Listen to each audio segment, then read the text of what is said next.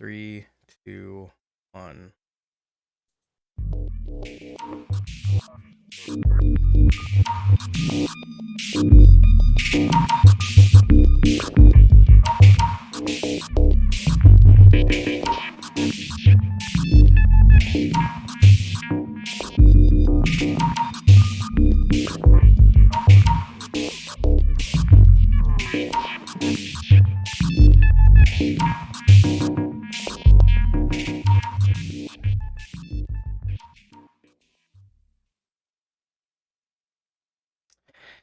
Hello and welcome to the Benzo Rehab Dungeon, episode 77. It is the 28th of January, 2022. I'm your host, Michael Deebs, joined as always by co-host Danko Suvin from the Instagram handle at DankTheLuz. Inshallah. Joined also always by John the producer from the Instagram handle at Discopathic. John, how are you doing today, sir? Oh yeah, I'm doing great. My joints are stiffening and my hair is turning white. I've stopped paying my bills and answering my phone calls, so Okay. I'm good. Yeah. I have to apologize to you for something. It's a sin of ignorance rather than something that I've done intentionally. You missed your birthday. I actually watched the intro for once as it was playing, and you're not mentioned in it, so I will I will make effort to include you in the podcast intro. Really, the only way that Danko and I are included in is at a portion at the bottom left it says hosted by Michael Deebs and co-host Danko Suvin. And I gotta put something in there that's like, ruined by John the producer, or Mike. and I have a confession. okay. I've passive aggressively noticed every time and not said anything. Really? There you go. Yeah. That's the way to do it. Communication is the bedrock of every relationship. And Thank you for finally giving a shit. But go ahead. there is something amazing about this, though. Yeah. Which I think, people ask me all the time. We're still looking for new music, by the way. Go on. That's true. What sets the Benzo Rehab Dungeon apart from other podcasts? Apathy. That's a good part of it. I say, just listen to the first episode for 30 seconds and you tell me. Take hallucinogens and listen to the first episode. But I think the thing that sets us apart is that for dozens of episodes, we had an uncredited producer, which is something that's extremely rare. Yeah. Because usually a producer is someone that does nothing just so they can get a credit because their dad funded it. Right. Yep. But here, what we do different here is our producer doesn't care also. And doesn't have a dad that gives us money. No, John, I assume, has a father. Well, he had to come from somewhere, right? Exactly. Technically. He was birthed from his father. It was like an Athena thing, though. Sorry, Athena. Oh, man. Oh, that's not good. We actually don't have a movie review this week. I can pull one out of my ass. We shouldn't. We've got a lot to talk about. We do. Many links, many topics. Three topics primarily. That's a lot of topics. Yeah. Depending, they say it always comes in threes, right? I always come in threes. Because they're the only ones that will sleep with me.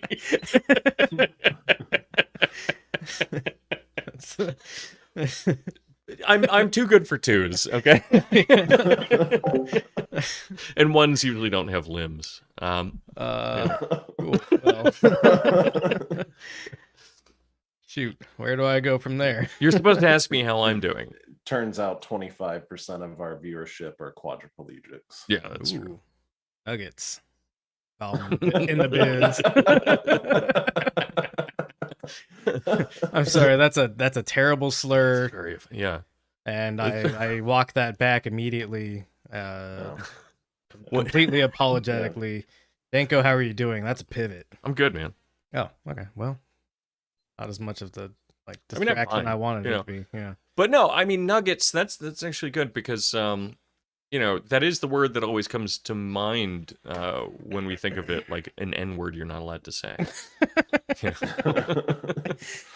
No, right next to gold digger, which is Ooh, the G word. yeah, If and- anyone saw the last episode, No, otherwise without context, that that's was 2 confusing. episodes ago. Was it? Yeah. Oh yeah, because we did Eternals last time. We're a That movie is correct, podcast now, yeah. guys. Movie podcast is not going to talk about a movie today, That's- unless you consider international conflict to be a movie. I mean, they Oh. do call it a theater. I mean- Am I right? Hey, Yeah. Ha, ha, ha. Ooh, buddy. I thought you were gonna say, in case you count the Joe Rogan podcast as a movie, because in order to do. get through it, it's comparable to watching the Lord of the Rings trilogy. Yeah.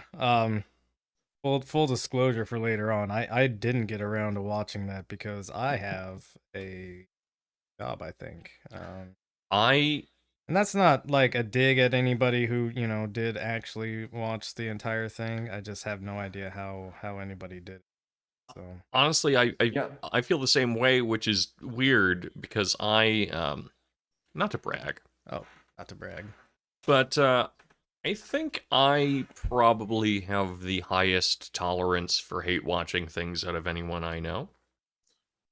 Yeah. I was gonna say. Fair. Yeah. I've watched most of Jordan Peterson's lectures, just hundreds of hours of this shit.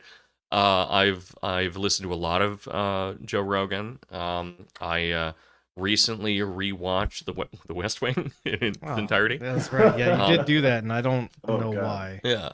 I mean, I'm the one that introduced you to ankle biters and to True. to Robot in the Family. So hate watching is what I do because I like to be unhappy. Yeah. It's what makes me happy. And I didn't even get halfway through this. I got to like an hour and 45 minutes of this 4-hour podcast. It's a pretty miserable experience. It sucks. Yeah. I didn't even know that until I think it was on the podcast that you guys told me that these are like 4-hour fucking things. Yeah. I would always thought that they were like hour and a half tops, I feel like they've grown. Like they've always been long, where it was like 2.5, 3 hours. Yeah. But now he just does these fucking marathons because, I mean, Joe Rogan's not making anything, right? No.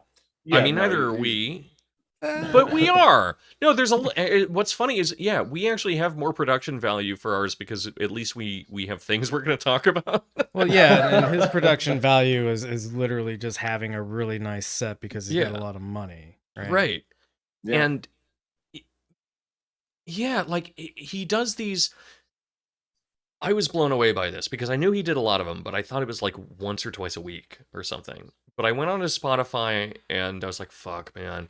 Gonna watch this Joe Rogan thing, and I haven't watched or listened to him since he went on to Spotify, or at least like I don't know. The last time I saw his stuff, it was on YouTube, and so finding it on Spotify and then just thinking, oh okay, I'm just gonna find the most recent one because it has to be the most recent one. It just came out, but there were like 3 more new ones because this is just what he does in the evening.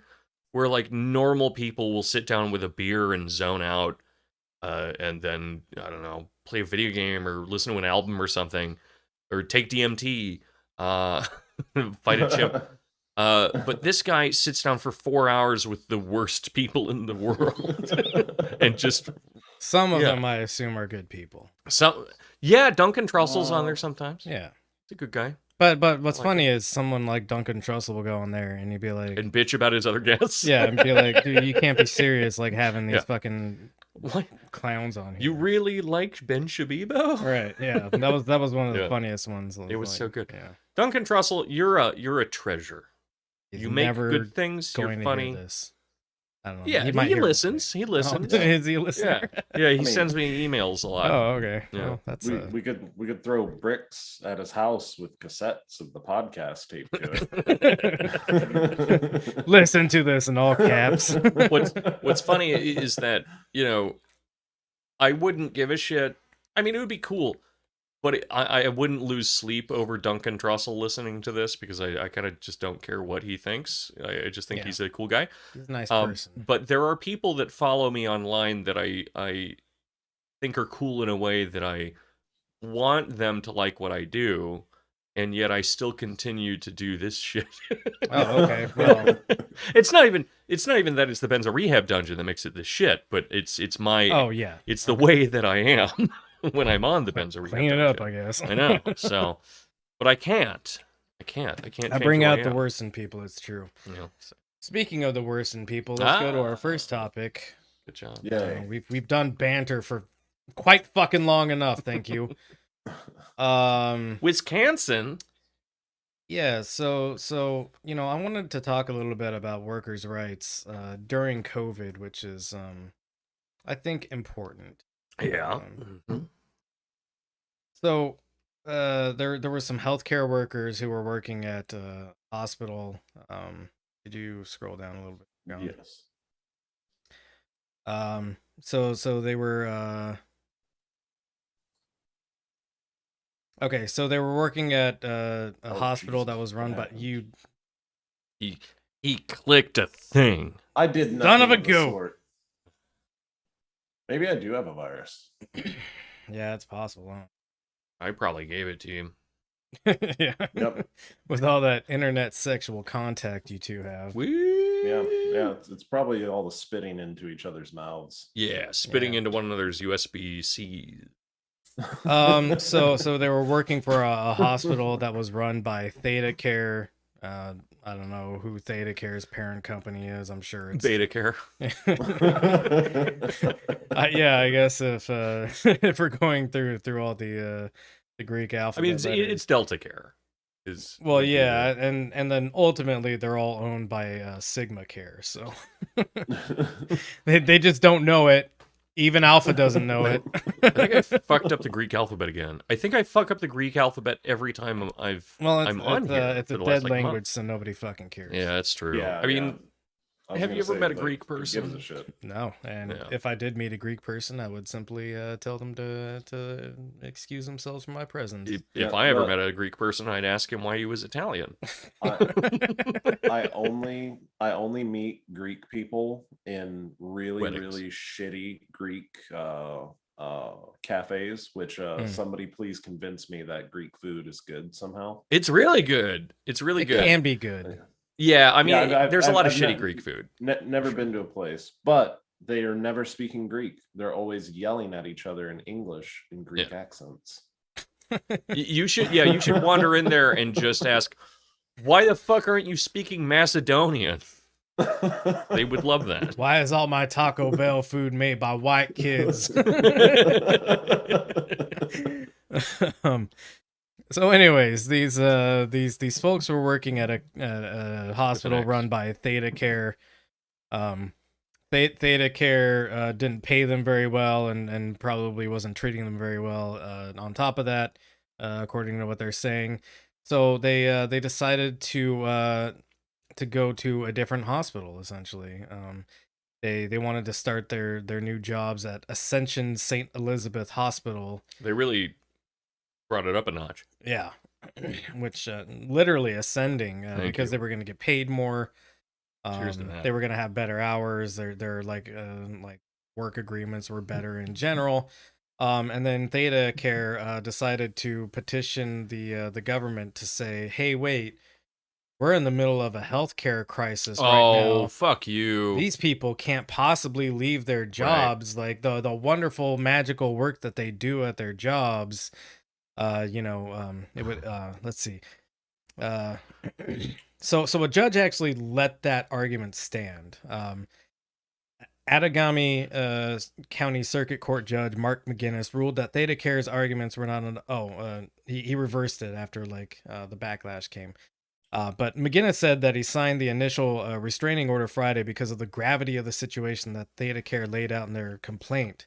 Wisconsin statute says that the court should give substantial weight to any adverse impact on public safety when deciding what to require in the order. So basically, ThedaCare argued that all these healthcare workers leaving for a different hospital would have a substantial impact on public safety. Which maybe. Sure, maybe. But also like that's bullshit with like Yeah. how all the rest of the COVID like determinations have been made. Like, yeah, you can go back to work when it's clearly not safe to go back to work. And the work thing is obviously like there's financial strain on people and people need to have some kind of income. So really what should have happened and will never happen because we live in a fucking hellhole is people should have been able to stay home and then get paid to stay at home, and like lots of countries did successfully because money is fake, right? Whatever. And another thing that is notable about this is that some people might not be aware that it is illegal to strike in certain industries. It is, yes. Which should be fucking shocking to you the first and every time that you hear it. Yeah. But so I don't know. If I was in this position though, I would just go back into work, but I would just shit myself constantly. I would just have it dribbling down my leg. That's praxis. So lawyers for ThedaCare had argued that the region would be in danger of not having health care for severely injured patients or people who had suffered strokes if the 7 employees moved to Ascension for their Monday start date. But how far is Ascension from this place? How far could it be if they're working there? I don't fucking care, honestly. Well, I get what you're saying. I get what you're saying, but also I don't care because the argument always is if you're not being treated well at your job, find a better job. These people did that, and then they were barred from it. So it's bullshit either way. Scroll down, John, please. Well, that's the thing about restraining order from job applications. Yeah. Right. That's the thing about conservatism, though, which is that it always necessarily moves the goalposts because anything other than what is currently happening is bad. Well, yeah, it's disingenuous arguments, although it's bad faith argumentation at its very root. But after Monday's hearing, McGinnis said that ThedaCare could rely on alternate staffing solutions it is already pursuing to preserve care, including cross-training employees who do similar jobs at ThedaCare's Appleton Hospital. Actually, both of these hospitals are in Appleton, I think I read. So, right. So, because of course they are. Yeah. So send them to the other hospital instead. The medical system's broken anyways. I mean, is one place going to gouge them less than the other? No. The broader case in which ThedaCare argues that Ascension inappropriately group recruited these employees will go forward in court, but the employees are free to begin their new jobs on Tuesday. Inappropriately group recruited. Yeah, I guess when you see an opportunity and you capitalize on it, it's actually a bad thing if you do it to people who want to make more for their labor. Or is essentially what's happening here. Or that your company was such a hellhole that 7 very important people left all at once. Yeah. Right. Yeah. So, well, again, but just to modify what you said,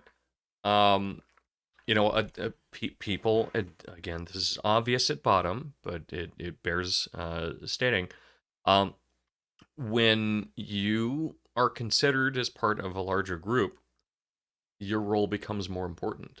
Mm-hmm. So that's how striking works. So if you say work at a Chili's, we'll be talking a lot about Chili's today because we have a bunch of Jordan Peterson stuff. But if you work at a Chili's and you are a host and you feel like, oh my God, my job isn't very important. If I quit, they won't give a shit. Your job becomes really important if you include all of the back of house. Yeah. So, again, striking.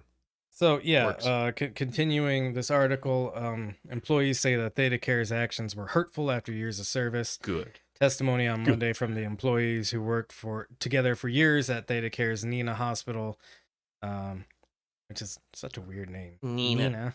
Described a tight-knit team of technicians and Nina. nurses who wanted a better work-life balance for themselves and their colleagues. Scroll down.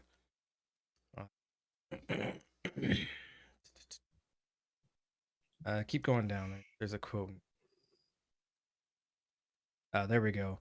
So Kaylee Young is talking about this, and Young said on Monday she would not return to work at Theta Care even if the injunction was upheld.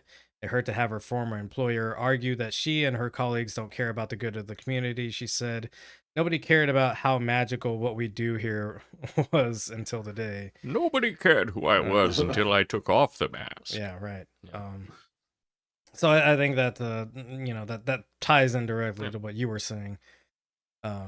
There's no such thing as an unimportant job.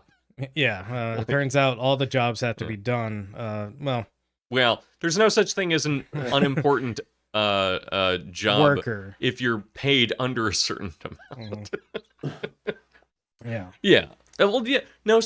Oh God, that's the most optimistic thing we'll ever say here. Is there's no such thing as an unimportant person. I said worker, not I know. person. I know.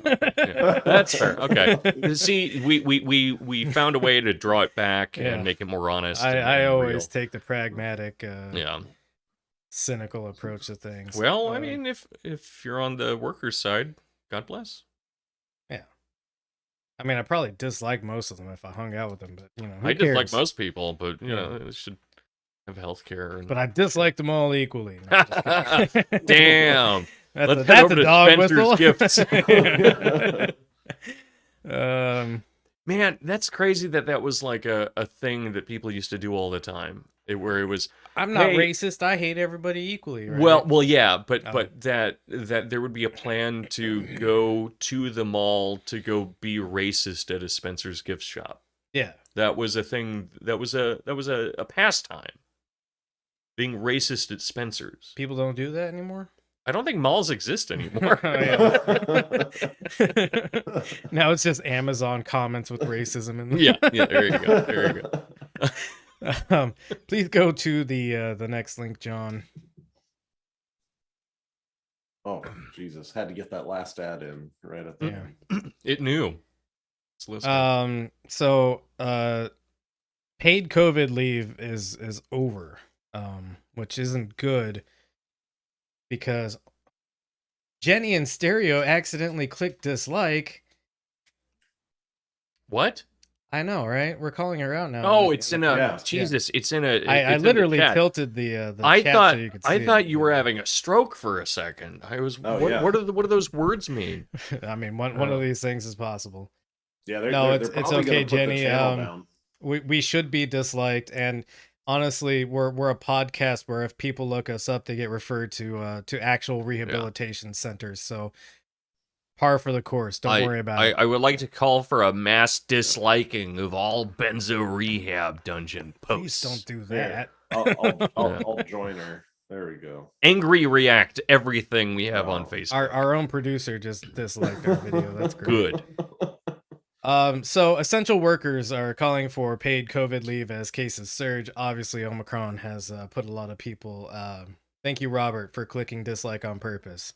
Thanks, bro. Yeah, actually, what I'm disappointed about with Jenny is that she did it on accident and not on purpose. But she made up for it because she's high and eating a bagel. Which, honestly, what's a better Friday night than that? Listening to the Benzo Rehab Dungeon's a better Friday than that. I don't know. She's eating a bagel while I am. Jesus, it's called Christ. a plug, man. Michael. Don't use my slaves. So only 1/3 of low wage workers get paid sick leave, which wow. Yeah. Doesn't that roll? It's very cool. And low wage workers make up the brunt of the workforce, so that's most workers don't actually get paid sick leave. And this is California, I believe. If we could scroll down a little bit. I do. As he's scrolling, I just need to say one thing, yes, which is California. I work remotely for a company where everyone works remotely, and I speak to a lot of potential workers here, who are talking about like, well, what about sick time? And I tell them, the details about it. But then, in the end, the real answer is, bitch, just lie. Yeah. Like, you have as much sick time as you can get away with. Yeah. Just abuse it. Anyway. Yeah, working from home rules. It does rule. It's ruined my life, but it rules. I only work from home sometimes, but when I work from home, I don't work. So yeah. I've gotten a lot better at Dark Souls since I started working remotely. I'll say that. And not everybody has the ability to work from home, which is unfortunate. Right. And it's no I mean, like, you have to work, you have to make a living, because we live in a society that makes you do that. You shouldn't actually have to, in a lot of cases, work to survive. Yeah. Or in any case, kind of, but yeah. Yeah, I mean, there's like enough excess labor that we could all probably do a lot less and be okay if we didn't live in we live in a society that like forces us to work long, excruciating hours, sometimes several jobs in order to pay for our actual housing, where we just like come home and cry and sleep at night. But I mean, if my we my didn't, apartment's essentially a storage container. right?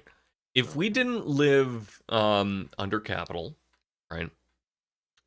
I'd probably work at a grocery store. No, I enjoy low wage work, honestly. Yes, I would probably be the guy that like tells you what kind of onions and which cuts of meat or what. Like that would rule. If that's all I had to care about. I've been filling in on my job for a gentleman who was doing a lot of like regular construction sort of work. And I enjoy it a lot more than like the managerial role that I normally work in. Because I feel like I've accomplished something. I would mix paint for free. Yeah. If like all your like worldly needs were taken care of, we would do a lot of things for free. Right.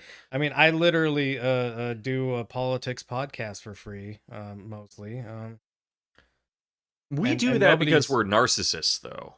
That's true. Yeah. I mean, we have personality disorders. Well, more than one. For me, I just didn't want to be screaming at a screen alone in a room. Yeah. You just wanted us to record it because you were going to do it anyway. Right. But with the story that we're looking at here, something that I'd like to point out, and I've mentioned this before, but of course nobody listens to me because I'm an idiot. Oh, we don't have the reach, right? We're gonna get there one day. Yeah. Well, we're gonna change American politics. But this idea of essential workers. Yes. The worst part of it is that it's just a trap for them, where once you laud someone as an essential worker, it means that they're never allowed anything that gives them respite from that job. Yes. Right. That's actually something that I was going to kind of go into here.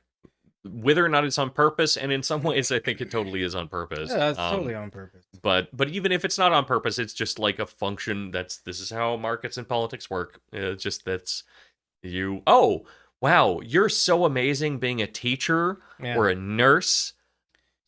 Do you remember when people used to clap at night to celebrate? Oh yeah, for like a week and a half. Yeah. Where they're like, nurses, yay, we clap at night. And I don't know, they still don't have masks or like proper protection for themselves. You remember the last like 100 years of telling mothers that they have the hardest job in the world, and yet we can't do anything like I don't know, wages for housework. or just even like supporting mothers and maybe like not constantly threatening to take their children away if they don't make like a certain amount of money or like have certain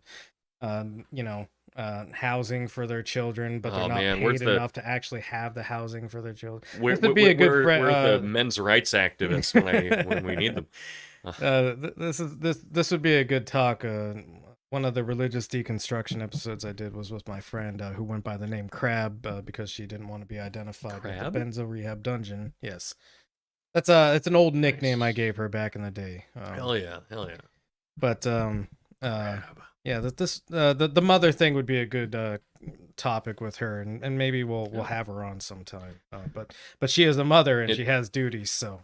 In the meantime, if anyone wants to, in the meantime, listen to a bunch of dudes talk about how mothers are unappreciated. Well, I was going to say go read some Sylvia Federici, but and Donna Haraway. Two.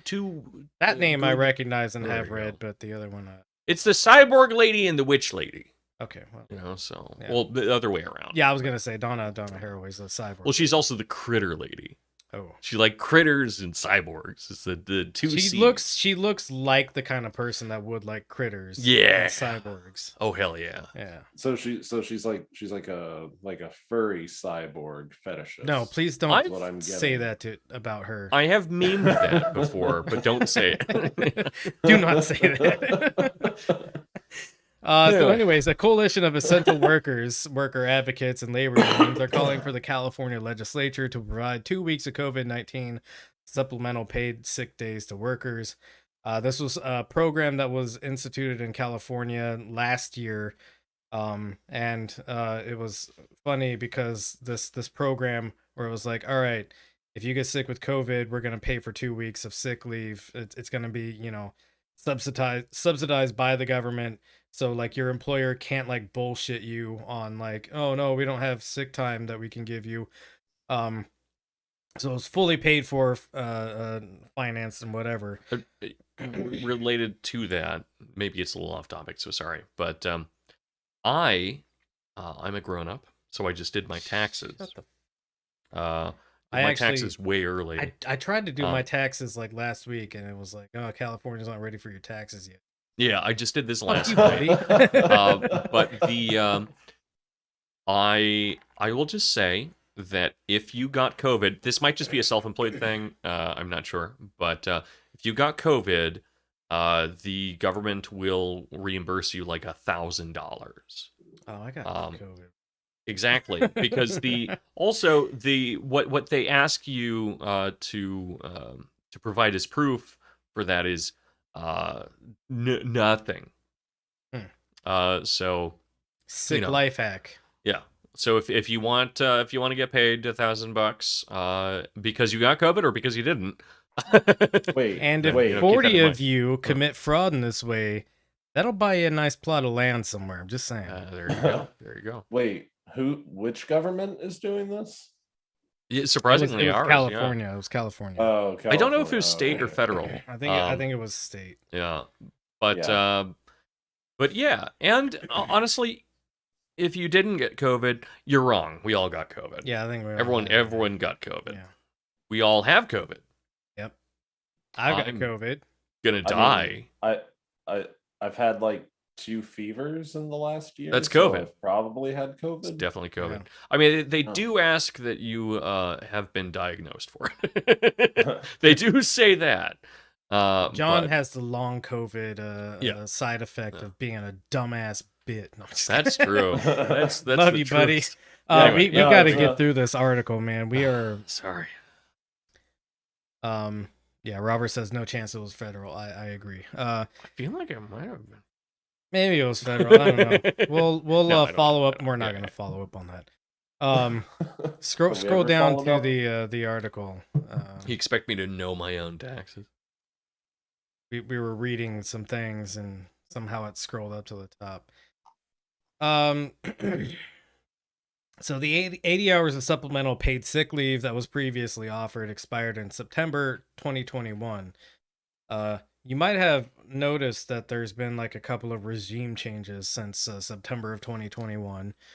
And weirdly, this program, which was like federally subsidized as well, has not been reinstated, even though like the COVID infection rate is spiraled out of fucking control. It's impressive. Yeah, and yet the Biden administration, the adults in the room are surprisingly absent. Well, they're at brunch. The adults in the room. Oh yeah, brunch. we all went back to brunch. Yeah. So if you could go to the next link, just a fun thing that I was doing a search. So that highlighted section, if we could zoom in on. That essential shit again, huh? It is that essential shit. God. John, I want you to know that you can press control and mouse wheel, and that'll just zoom for you. Oh, Jesus. That's a hell of a... That was too much. You gotta lower your mouse wheel sensitivity. Yeah, bro. You've got a lot of notes and bitches and moans today. Well, you complained about not having an orientation earlier. I've got all the bitches and moans. You know what I'm saying? Could you zoom out know what I'm saying. so we're not looking at the stuff I don't care about? There we go. This is an appropriate amount of zoom for later on. So this highlighted question. This is the Department of Labor.gov. My employer has remained open because it is essential. I'm not sick, nor is anyone in my household sick. I do not have children or care for someone who cannot care for themselves. However, I'm afraid of getting coronavirus from customers coming to the store, so I quit and filed for unemployment.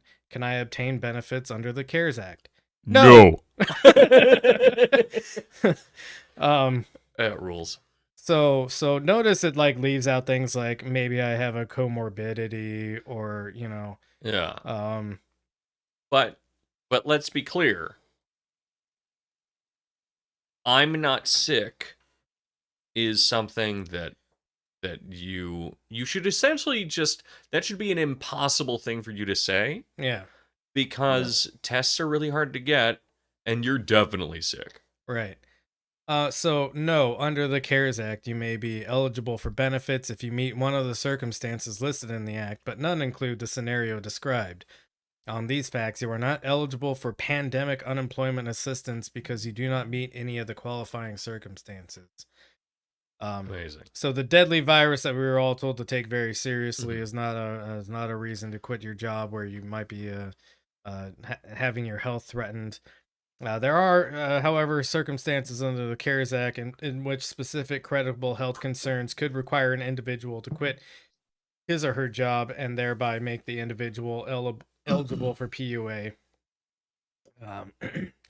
For example, blah, blah, blah, blah, blah. But the thing that I wanted to go to is that blue section right there. If you believe your employer's response to the possible spread of COVID-19 creates a serious safety hazard, or if you think your employer is not following OSHA standards, you can file a complaint with the Occupational Safety and Health Administration. Which, by the way, I don't think I've ever worked in a place that has followed OSHA. No. It doesn't happen. No job site ever follows OSHA standards. I used to threaten to call OSHA all the time. And secondly, go ahead and call OSHA. Yeah. I've done it. Yeah. It goes nowhere. And I worked in a facility where the fire department like responded like, I don't know, 5 times over the course of like 3 months to large scale chemical spills. Right. That were like not just like, oh, we spilled a little like I don't know, antifreeze or something, but we're talking like this will melt your fucking face off if you touch it. But a large scale That's actually dealing funny. with something like that is Texas. such a pain in the ass, Mike. What was that you said, John? That's funny that I live in Texas, land of the unregulated free. Yeah. And land of the Superfund site, right? Yeah, no, and might be the construction contractors are legitimately terrified of OSHA. Yeah. Well, I think OSHA actually does enforce here. Oh, it does. Okay. I was gonna say I think a lot of like when people say like, oh, don't report to OSHA because if you do, they're gonna shut down the job, and then like, what are you gonna do for money, huh? I've never seen OSHA shut down a work site, and I've worked in places where OSHA should have shut down a work site. Yeah. So go ahead and go to the next link. And also, didn't the Supreme Court or some federal fucking panel of fucking old white people fucking say that OSHA cannot?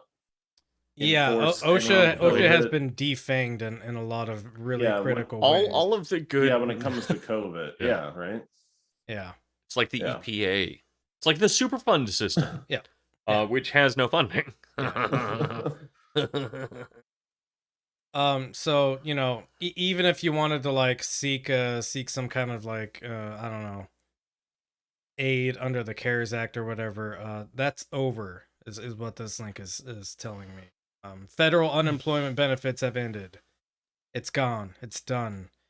You may have noticed that the Biden administration is not pushing for this to come back. Well, That yeah, doesn't- because he fixed the problem. Well, yeah, he's gonna send everyone a test in like a month, so It's done. It's incredible how much of our actual lives, governmental or career-wise or school, literally anything that matters, is predicated on totally arbitrary metrics produced by cooking the books. Yep. Everything in life is determined by that, essentially, which is incredible. We are the real cooked books. I'll cook your books. So let's pivot to a more fun topic, which is There's a more fun topic than this? No, it's not. Oh, Sorry. Oh, it's Ukraine. I'm not going to get into the history of Russia and Ukraine. It's complicated. It's very complicated. I'm not from there. That's something that we should Gonna reverse. call up Teddy. Yeah, Teddy boy. I need to hit him back up. He's been ducking me. I Well, reached out to him because to this is happening. Yeah, and Yeah. He's like, fuck this. no. I reached out to him during the holidays, like, hey, Yeah. when do you think the next time is? And he never got back. Yeah. Well, he's a busy person. He's got a life He's too. got a family and Yeah, shit. he does have. Well, don't dox him like that, man. I'm not saying what kind of family. Yeah. He's Now- got 4 dads.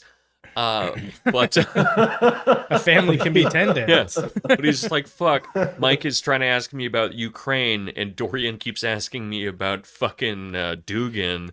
What the hell is wrong with these people? How do I get away? Oh no, he Yeah. doesn't think of us like that. Yeah. Probably. So this is actually an article from 2016.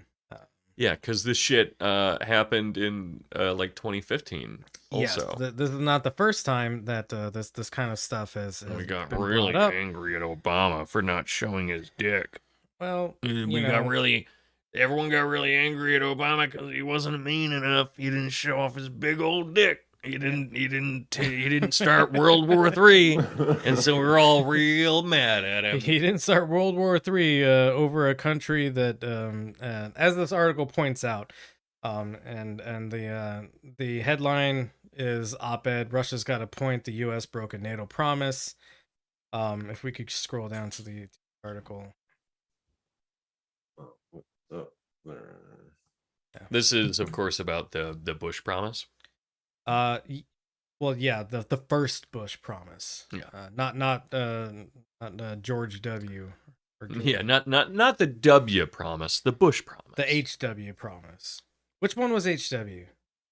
Her. The senior. Fucker. The senior. The Okay, that's what I thought. The director of the CIA and Yeah. president once. And then president. It's Yeah. weird that we always like criticize Putin for being like ex KGB or KGB, but we're like never like George Bush was ex CIA director because the CIA is good and the KGB is bad. Yeah. Yeah. So Moscow solidified its hold on Crimea in April, outlawing the Tatar regime or legislature that had opposed Russia's annexation of the region since 2014. Together with 2014. Yeah, this is from this article is from 2016. Also, let's be clear. Queer. Sorry, guys. I've been drinking. But Who's that, while John? you close that, I'll say Yeah. this. But Crimea is a place that a lot of people know where it is now. But you didn't know where it was in 2014. Nope. The only absolutely not. reason people know where Crimea or Ukraine are is because of this, unless you're some kind of fucking nerd. Yeah. some kind of nerd like Teddy that just knows Russian history and stuff. Have you ever met a cartography major? Oof. No, and Yeah, I but- refuse to. Yeah. No. Don't. Never cartography, but geology majors or geography. Sorry, majors are pretty rough. Yeah, no, Good like take a long road trip with the photography major. This is I don't know, that the could be region fun. where they grow corn. Who cares? Shut up, nerd. Technically, the border here is. Yeah. So, anyways, together with Russian military provocations against NATO forces in and around the Baltic, this move seems to validate the observations of Western analysts who argue that under Vladimir Putin, an increasingly aggressive Russia is determined to dominate its neighbors and menace Europe. Leaders in Moscow, however, tell a different story. For them, Russia is the aggrieved party. They claim the United States has failed to uphold a promise that NATO would not expand into Eastern Europe. What? Yeah, whoa. A deal made during the 1990 negotiations between the West and the Soviet Union over German unification. In this view, Russia is being forced to forestall NATO's eastward march as a matter of self-defense. The West has vigorously protested that no such deal was ever struck. However, hundreds of memos, meeting minutes, and transcripts from U.S. archives indicate otherwise. Although what the documents reveal isn't enough to make Putin a saint. Scroll down. It suggests that the diagnosis of Russian predation isn't entirely fair. Europe's stability may depend just as much on the West's willingness to reassure Russia about NATO's limits as on deterring Moscow's adventurism. So that's back in 2016. Now go to the next article, which is written recently. Russia has been warning about Ukraine for decades. The West should have listened. We find ourselves in the same position where Ukraine hasn't been given official status as a NATO country, but it's basically been like, offered. It's been vassalized, essentially. Is what's happened with it. It's like a One official could call this a proxy. Yeah, it's like an official protectorate of NATO or something like that. Actually, could John, could you real quick look up Ukraine's NATO status? It's one of the most like bizarre wordings I've ever heard, and it's like, dude, just call it a vassal state. Like, well, most of the letters are there. That's what autocorrect's for. Okay, so on 12 June, yeah, on 12 June 2020, Ukraine joined NATO's Enhanced Opportunity Partner Interoperability Program. Nice.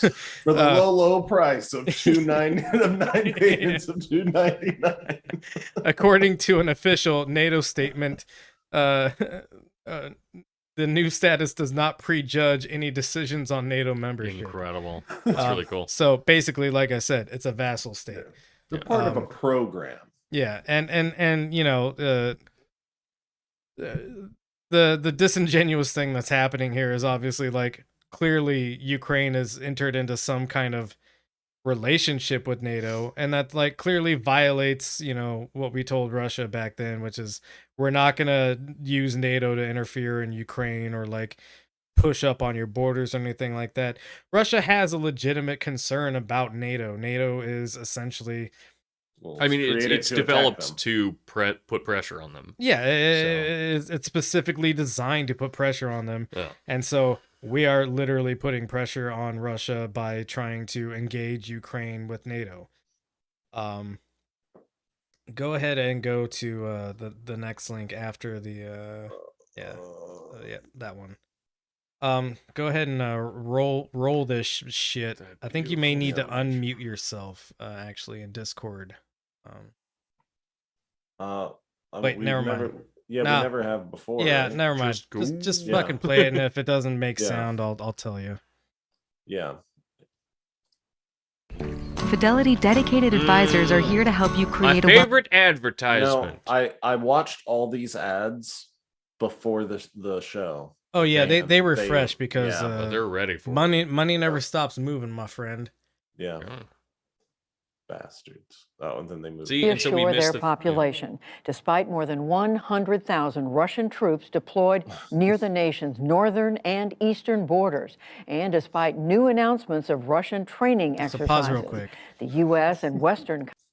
So what we missed in the beginning there is she says something to the effect of Ukraine's leadership is saying, stop trying to make this a fucking thing. And then she pivots immediately into, despite all the Russian troops on the border and despite the training that's going on there. So basically she goes from Ukraine's Ukraine's leadership is saying this isn't a thing, stop fucking making it a thing, to the fear. So go on.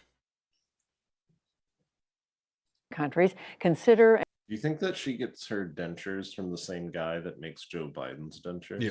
Nancy Pelosi's dentures, please. Yeah. The worst dentures All of the- anybody. there's only one denture manufacturer on the East Coast. Yeah. Oh, Austin. Never mind. It'd be different. Wait. Oh. Austin An PBS. invasion is possibly imminent, and that fear is being felt on Ukraine's front lines. Nick Schifrin begins our coverage. On the front lines of an 8-year-old Oh, hell yeah, war, World the War I. defenses are centuries-old trenches. And the target practice, the man who has this sight in his targets. Cat ears. In eastern Ukraine, Ukrainian soldiers skirmish daily with Russian-backed separatists. Since the spring of 2014, 14,000 soldiers and civilians have died. That Nice-ass toll coffin. leaves troops already fighting right. a generational conflict in... But by the way, my- citations heavily needed on these figures that they're pulling out. Which I'm not saying that there's no conflict there, but like 14,000 people is a lot.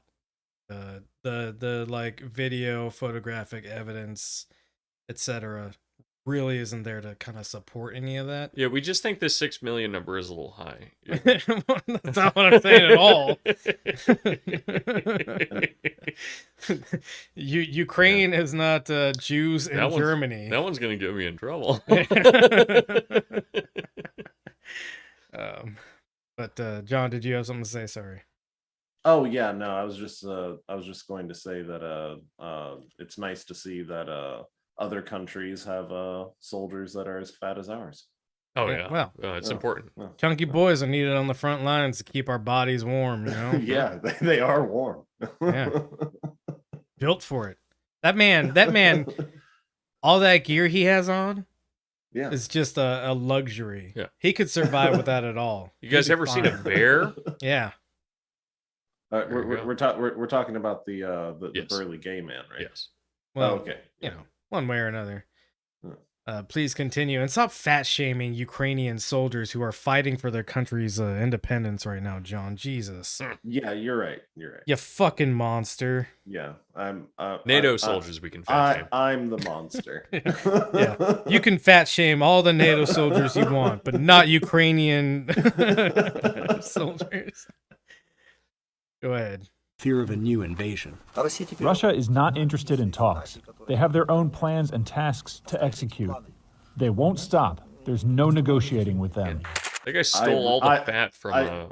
I take it back. I really want to be part of the Ukraine military now. If I can look like some like weird fucking like necromancer fucking ghoul with an Yeah, that guy does AK-47. look like he was Yeah. born and raised in a shack in the woods. No, Yeah.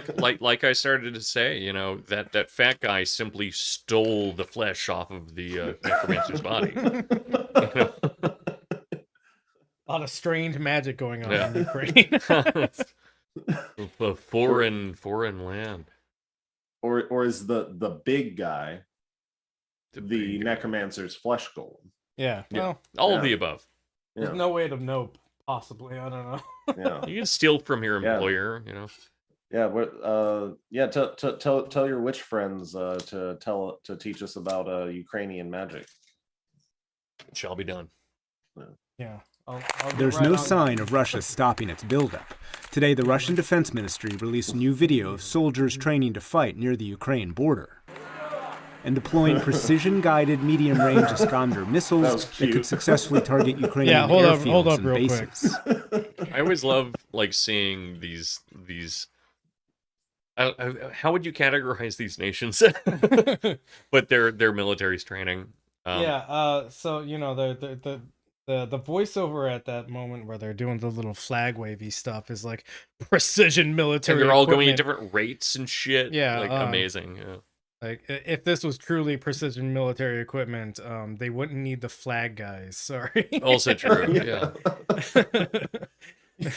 Do they not even? They don't even have radios in these trucks. Yeah, exactly. The Not windows the don't precision, roll down. Yeah. not the precision military equipment we were led to believe. They're precision training, and then suddenly like a mob of kindergartners Yeah. pour out of a classroom. It's just like a synchronized swimming group. Yeah. Precision training. I mean, that's pretty precise. That can be precise. Please continue this state propaganda. The U.S. is sending its own military messages. For the second day in a row, American ammunition arrived in Kyiv, and the U.S. made sure to highlight it by organizing a press conference with the U.S.'s top diplomat in Kyiv, Kristina Kvien. Let me underscore that Russian soldiers Not intimidating. No matter how many bullets she's standing on, not an intimidating. And is it pronounced Kiev? I've always heard Kiev. Yeah, same. But I'm an idiot also. Her name is Kvien, which is like they fucked up all the fucking letters. That's not how you spell Kiev at all.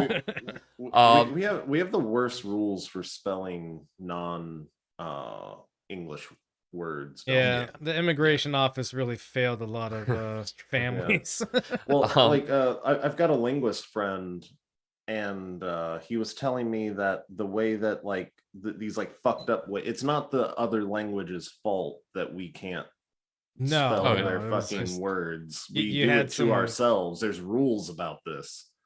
Yeah, you just had some like shitty bureaucrat sitting in the immigration office going, "What's your name again?" Yeah, I'll just sound it out. That's fine.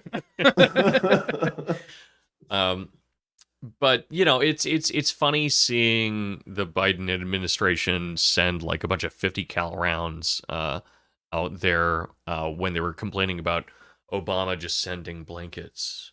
You know, and of course we're gonna have a bunch of right wingers who are, and you know, now they're gonna be right about how we shouldn't be sending all these weapons over into Ukraine. But, you know, just 5-6 years ago, they were complaining about, Oh yeah. I mean, oh my God, Obama only sent them blankies. How are they going to start the war without us? You know, yeah.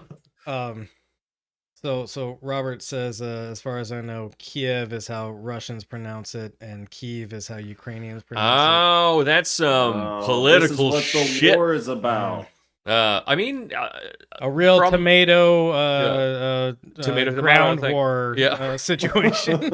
I mean, per my understanding of this stuff, and again, it's pretty limited, but a lot of the delineations and justifications for which territories belong to who in places like Ukraine are linguistically oriented. Oh yeah. And so, you know, making the choice to pronounce it in a certain way is saying a lot, you know. No, Yeah, I don't that's, disagree. That's with really that. interesting. So let's play this very intimidating lady talking. We got lots of bullets. Go ahead. sent to Ukraine at the behest of Sounds the like she's Kremlin crying. will face fierce resistance. In Parliament, British Prime Minister Boris Johnson warned a new Ukraine war would be as deadly as any in Europe Listen to since Boris. World War II. No. Ukrainians have every moral and legal right to defend their country, and I believe their resistance would be dogged and tenacious, and the bloodshed comparable to the first war in Chechnya or Bosnia, Mr. Speaker, or any other conflict that Europe has endured since 1945. But Ukraine's There is president no says he current does not invasion believe happening. invasion is happening. so it's like I don't know. It's like saying that about America with Mexico. Like America has every right to defend its southern border against Mexican aggression. And it's like there's no actual invasion happening. Yes, there are people who go back and forth between the border. Maybe there's some violence there, but most of that is because the state is irrational and doing shit that it shouldn't do in the first place. Which is probably what's happening a lot in Ukraine right now. Because a lot of people, as we've talked about before, and we've talked about with like Teddy specifically when he's doing the Russian history stuff, is that people don't always see borders the same way when it's like their homeland. Linguistics have a lot to do with it.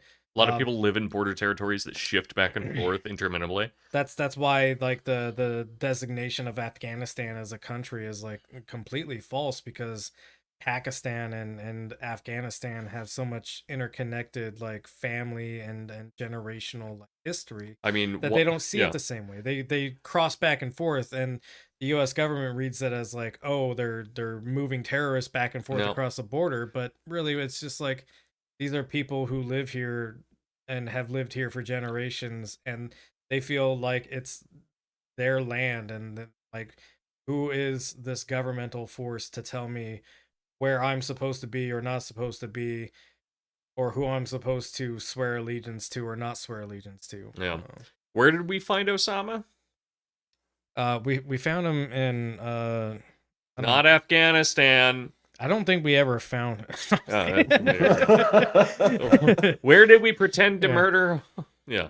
I mean, like it is kind of weird though that they just like dumped his body him in the ocean. and like what we should have done is a good old fashioned parade. Let's ignore my point entirely and no, you're right. Continue with the video. We found him in Pakistan, and he was welcomed in Pakistan by the locals because he is from that region, sort of, kind of.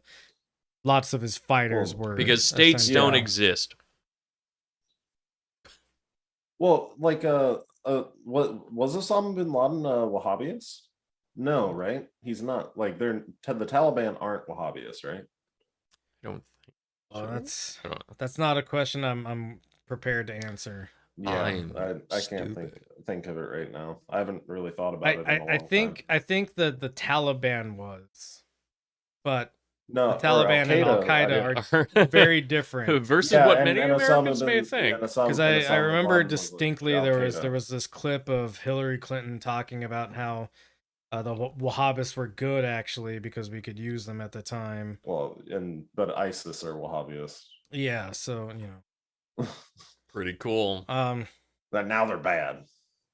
Please continue playing this. This is Ukraine's leadership saying, stop fucking making this into a thing.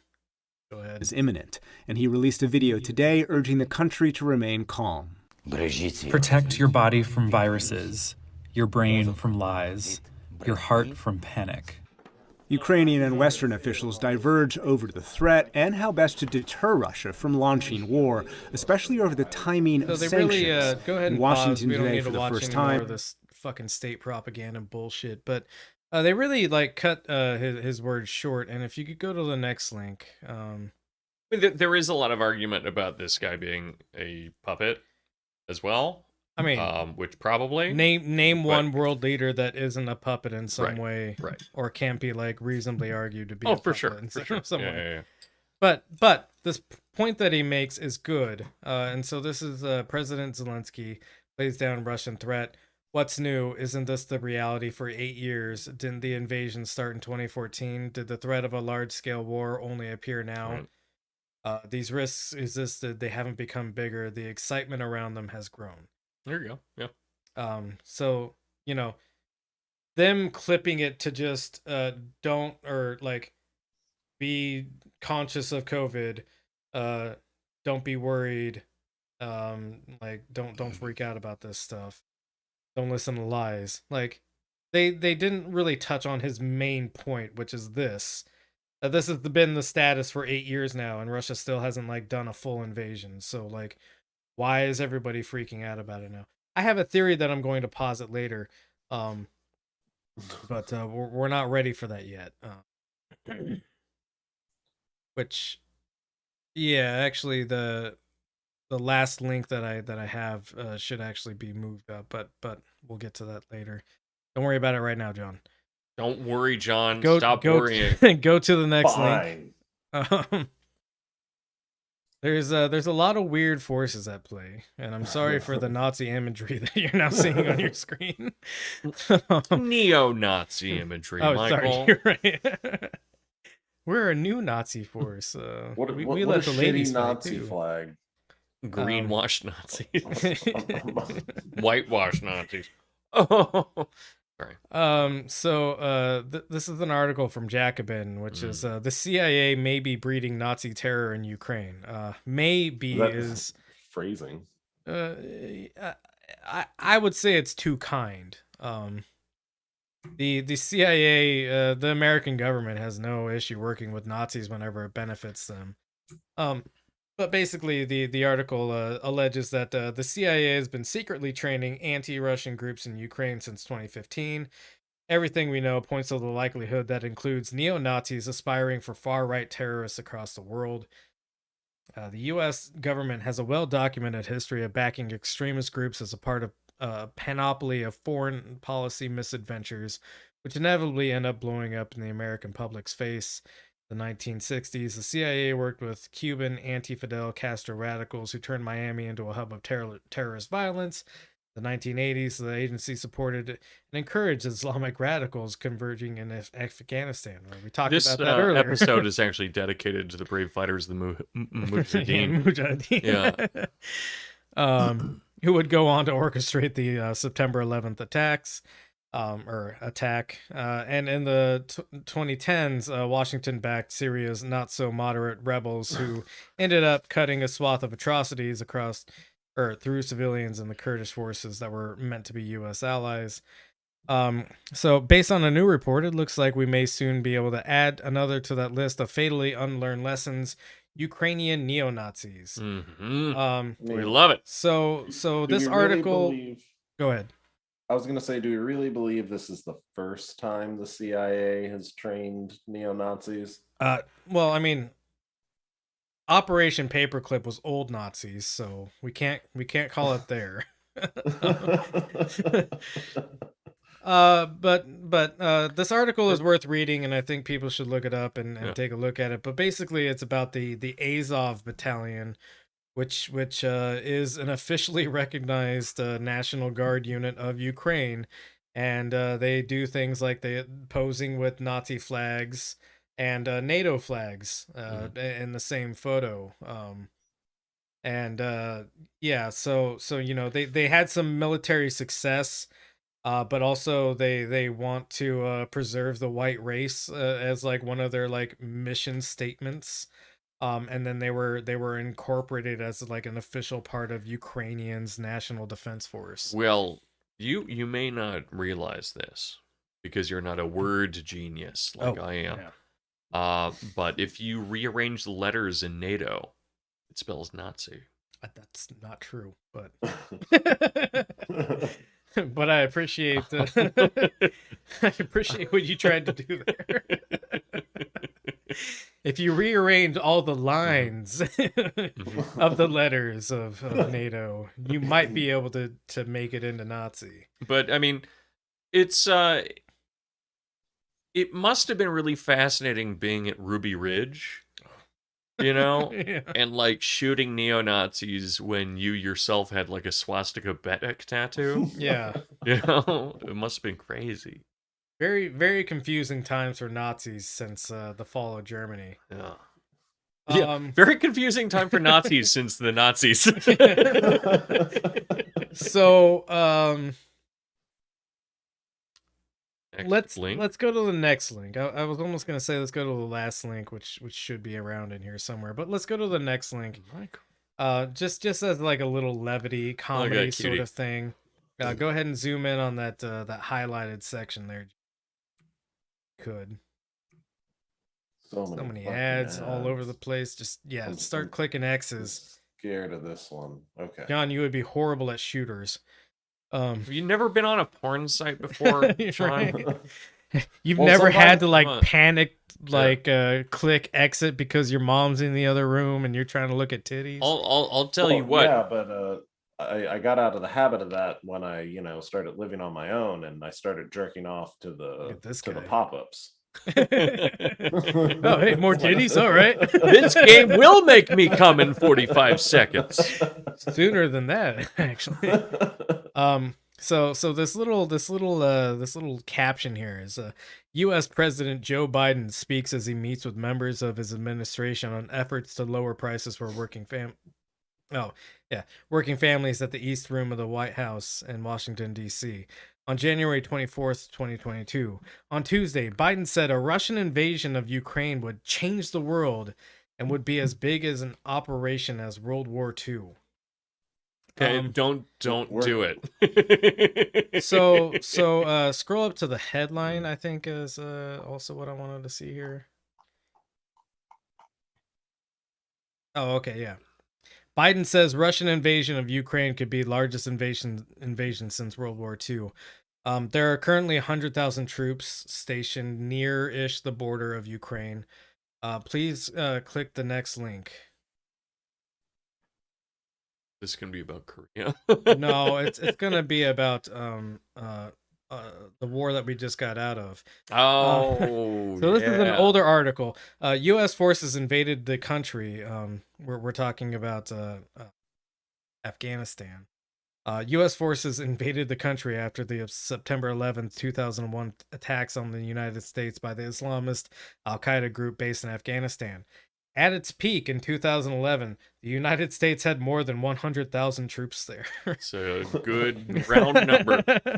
So when our and Biden was a senator during the beginning of the invasion and vice president during like one of the peaks of the war. So not in any kind of position where you'd have to know about it. Right. So not in any position where he maybe would have to like know how many troops we had over there at any given point.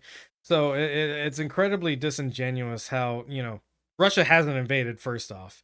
And then we're hearing from Biden. He's just saying it could be bigger. Yeah. And it could. It could be the largest invasion since World War II when we actually invaded a country the largest since World War II, at the same number. Yeah, for 20 fucking years. Yeah, fucking garbage, fucking bullshit. Hate this president. I will say it. Fuck Joe Biden.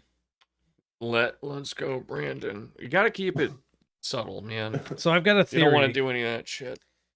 I got a theory. You got a theory? I got a theory, and this is gonna come out of left field. Dear Christ. Okay. The last link that I gave you. The last link. I forgot to tell you that it belonged at the end of all the Ukraine stuff. That's my bad. But the little thumbnail says US in it, I think, or OS or something like that. I don't know. Yeah, there that one. So this is it was DS. Who cares? The Daily Sabah. So this is an article from June 18th, 2021. And this is a conflict that has seen no light of day. And it's very weird that it hasn't seen any light of day because there's a lot of like really bad shit going on in the Central African Republic. Mm-hmm. Africa, is that the place where France has like assassinated 20-something leaders 22. Since like 68? Yes. Is that the Africa? 22 leaders of Africa have been assassinated since 1968, I believe. Okay, so that is the Africa we're talking about in the story. Okay. Russia has been making a lot of covert moves in that region. Interesting. Okay. And when we talked earlier about how like NATO has taken a very strong interest in in Ukraine and like the tensions that are rising against Russia. I think it's necessary to bring up that there's another conflict, a real actual conflict that's been going on in Africa for some time. What? Where Russia has been deposing French interests from Africa, basically by this goes back into like, let's not say that Russia is a victim here. They're shitty people as well who are using bad. Who are using a different area as a proxy war. They're killing the local people. They're turning the area into uninhabitable wasteland of mines essentially through their actions. So I think a lot of what's actually happening with Ukraine, and this is just a hunch I have, actually has more to do with France losing so many of its interests in Africa And so they want to put pressure on Russia, and they're doing it through NATO, and they're doing it by, you know, the partnership with the US and the partnership with the UK. I think that's an influence. Yeah. Well, yeah. No, I don't think it's the Okay, entire okay. driver. I think Right. it's notable that this It is happening, definitely notable. and yeah. and I think that this is playing a very large role And let's in the global political situation. absolutely. And I would also note that you know, China is also deeply engaged in Africa Yes. in somewhat less violent terms, in the sense that they're doing this really disgusting thing where they are influencing African governments by funding things like highways. Right. And not asking for anything in return. Well, It's insane. But because it's implied that they'll ask for something in return later, Right. they're building networks. It's like what you go to college for. It's what we said a couple of times, which is that China's doing its own form of imperialism, but it's doing To be it. clear, this is not me saying like China tankies, you go girl kind of thing. Right. But they're doing smart things. They exert a lot of very soft power, Yeah. as opposed to what Europe and the US do, which is the hard power, or they just like, Yeah. It's I don't know, shit up a country so much that you can't live it in anymore.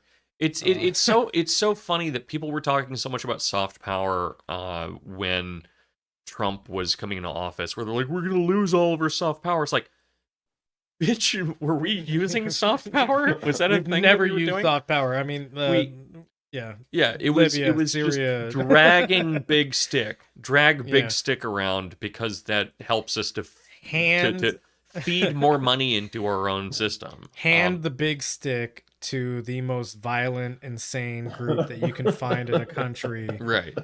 And we're not violent. They're violent. Where do they get all these American-made weapons? I don't know. Right. And I have a theory. And maybe it's wrong. It's difficult for this kind of theory to be proven right or wrong. But I think one of the reasons that people were so panicked about our loss of soft power when Trump was coming into office was because they actually kind of wanted him to just start another war. Oh, They wanted to say, hey, this is no longer an option for us because you're a big dum-dum. So Yeah. you should start bombing shit, you dumb fuck. Well, but it would also prove all of their hysteria about him, right? Yeah, but they were using the hysteria. For sure. Yeah, right? yeah. They were saying, we need war. My Raytheon money is only increasing by 200% every Okay. year. We need that 400%. You bring up Raytheon, but I would like to point out Uh-huh. to the listener, the viewer, that Raytheon won the human rights campaign's most I don't know Fuckable. most equal workplace award or some shit like that. The most I don't remember. fuckable LGBTQ plus Yeah. arms manufacturer. most accepting of diverse Yeah. workplaces award, because you know What a- you'll let anyone, including Nazis, build bombs for you. Yeah. It turns out. Versus BAE, Bay Systems, Hey. where they are actually just the biggest dick. Mhm. Yeah. Yeah. Arms What a- manufacturer. Bad. What a horrific hellscape we live in. Yeah. Yeah. It's cool. People go through their days and then sleep fine at night, working for companies that build cluster bombs. That's a thing. That's a real thing. Yep. They go home. I mean, first off, they work all day, and then they go home, Kinda. or Sometimes. you know, a guy who maybe works as an engineer on the cluster bombs goes home to his husband. That's right, they're gay married. And Garried is what I like to call it. and you know they put their mixed babies to sleep, and their limbs are mixed up. Yeah. Like one of them has 4 legs. Disabled atrocities. I mean, not atrocities. No. Yeah. No. They put their biracial babies to bed. Which they adopted, and then they have a glass of wine, and they thank God for Joe Biden, And then they raw dog on the couch like filthy degenerates, like fucking animals. And then their Uber Eats finally arrives, which then is just delivered dripping cum. They come to the which door. is delivered by an immigrant. That's true. That's true.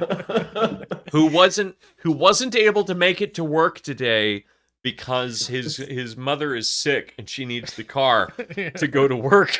and so he took a taxi, which was also driven by an immigrant. Yeah. And that's exactly how interconnected our system is. Isn't global capitalism one? Yeah. Man, that joke was funnier than I wanted it to be. Yeah, in my good. mind. Good. That's good. Thank you. Good little riff sesh. A little rip. Let's rip it up. So that's all I wanted to say about Ukraine. Are we going to talk about the doctor? Is that what's next? So I don't know the complete history of Ukrainian Russian No one politics. does. And people that know it disagree. Yeah. So a lot of contention there. I would say, I'm not making policy. Obviously, nobody's consulting the Benzo Rehab Dungeon for international policy, but maybe just fucking leave this one alone. Doesn't look like it's gonna go anywhere anyways, and the more we provoke this thing, the worse it's gonna get for everyone. Hell yeah. Even if Russia does invade, there's nothing that says United States intervention is going to be better than just letting Russia invade. Well, okay, so if someone walks into your house, and is like stealing your jewelry, because I know you have a lot of jewelry. Yeah, well, tons of it, right? Yeah, you're wearing most of it right now. And then another guy, not even cops, but another guy decides to kick down your door and fill your house with bullets in order to get the jewelry thief out. Would you not be thankful to him? Well, I mean... And then he plants a bomb in your yeah. baby's crib. Yeah. It sounds like you're just talking about American police. Yeah, it does seem like That's like I should have just said a cop. Well, that's why shoots your dog, fucks it, and then America really has to stop being the world police. Is exactly the kind of argument that I'm making. I guess. Yeah, that's my joke. Robert says best place to work with a perfect 100 score on HRC's Corporate Equality Index. Yeah. Raytheon, more like Baytheon. More like cool Placeon. Yeah. There you go. You bested me. We're done with Ukraine. Well, good night. Take your medicine. Take mine. We're done with Ukraine. Oh. We have so much more content. That's true. 4 hours of content. Don't click on any links yet, John. No clicking. Jordan Peterson, our boy, went on the Joe Rogan Experience podcast for 4 hours. Which, Jesus Christ, I thought people were joking when they said it was a 4-hour interview, because normally Joe Rogan will have like a couple of guests over that 4 hours. No, I mean, he does a lot of like one-on-one things, but they're usually like 2.5, 3 hours. Yeah. This is incredibly long. Just in like I won't even watch a 3-hour movie, let alone like 4 hours of Joe Rogan just fucking being a dumbass. I was expressing this stuff when we first started the podcast, before we went to live stream it. Yeah. And I hate watch so much shit. Mm-hmm. I'm an expert in hate watching, but I could not get through this whole thing. And I've seen so many interviews between the two of these fucking weirdos. It was very difficult. An excruciating experience from everything I've seen. The first thing we have to address is our boy's dress. John, if you could please click the Instagram link. He's got the drip, but it and- doesn't and go all the scroll- way down his leg. Yeah. just scroll down to or like zoom out. Yeah. What the fuck is this? So for the listener, what we're looking at right now is a man, a homeless man, I believe, standing next to an Oompa Loompa with strong pectoral muscles. So Prominent nips. Yeah. So the homeless man is standing there, and he is wearing a tuxedo jacket, which is it's a confusing number of non-Euclidean variables, right? So it is too short. First off, both in the arms sleeves, and on the body. I guess because you're they're right. supposed to be a bit longer. Right. But its shoulders are also too wide somehow because he has extraordinarily slim shoulders. Right. And the On shirt top of is that, too big. the shirt is too big and it is billowing out around his belly, but it is tucked in very tight into his pants. Yes, it is. Which he's not wearing a belt, by the way. Yeah, he's not wearing a belt. Which That's a very important upsets thing. me extremely. But here's the thing: is that you're allowed to not wear a belt if you're wearing suspenders, which he's also not wearing, which was shocking to me because, frankly, how is Jordan Peterson not wearing suspenders? If you're gonna wear the bow tie, you might as well wear suspenders, right? You might as well go all the way. And I am someone that wears suspenders sometimes. I like suspenders. I'm wearing a belt right now. Well, I don't know. It depends on your look. You know, sometimes suspenders work. Usually not. But you know, there's a time and place for it. I'll give you the benefit of the doubt until I see otherwise. But go ahead. It's just me dressing up as a skinhead. But his bow tie, he does have a bow tie. I can't tell if it's a clip-on or not, but it is really uneven. Disheveled. Yeah. So I'm guessing that it is actually tied. He is someone that would sit down for a long time to learn how to tie a bow tie. As a man, you must know how to tie a bow tie. And he doesn't know how to tie a bow tie, but he'll make the claim anyways. Go ahead. The pants are the most puzzling part of this. The pants are extremely worrying. Where they are inches they're to almost like a full foot, like too short. No, yeah, those are like 4 inches too short.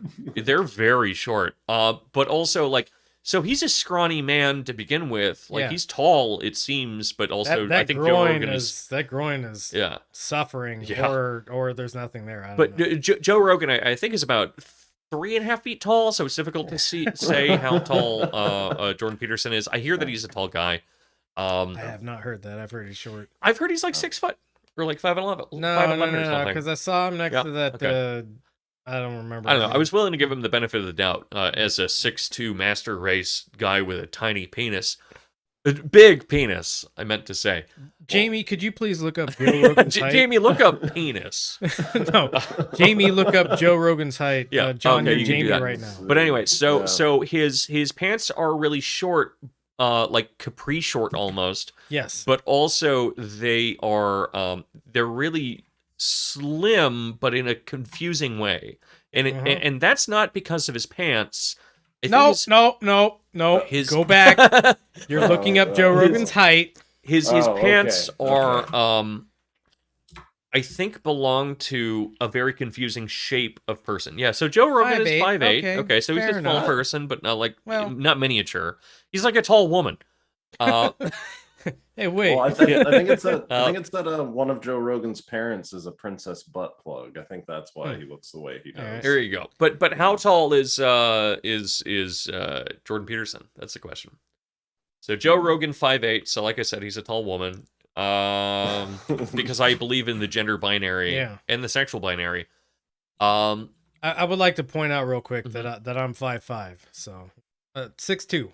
It already came. Yeah, so he's Dorian height.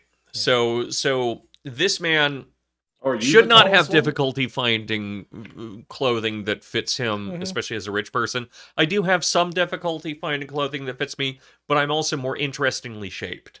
Sure. You know? Curvy bitch. I'm a curvy bitch, exactly. And so anyway, if we could click back to that photo, yes, please go back to so that I can explain these pants because it's very difficult.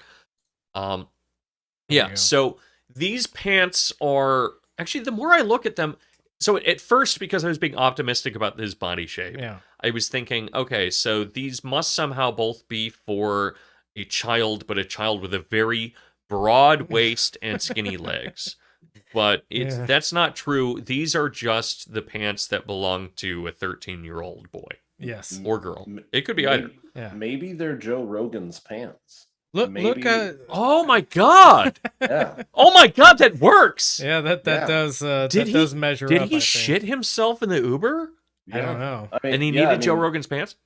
Actually, yeah, I mean, it turns out eating all meat, I have no control over my bowels, which is ideal, actually, if you think about it, because holding back your bowels is actually an act of self-abuse. And the last couple of things that I'll say, there's a few things. Number one, it is black and white, so I can't really tell, but his socks seem to be fine, though a little old.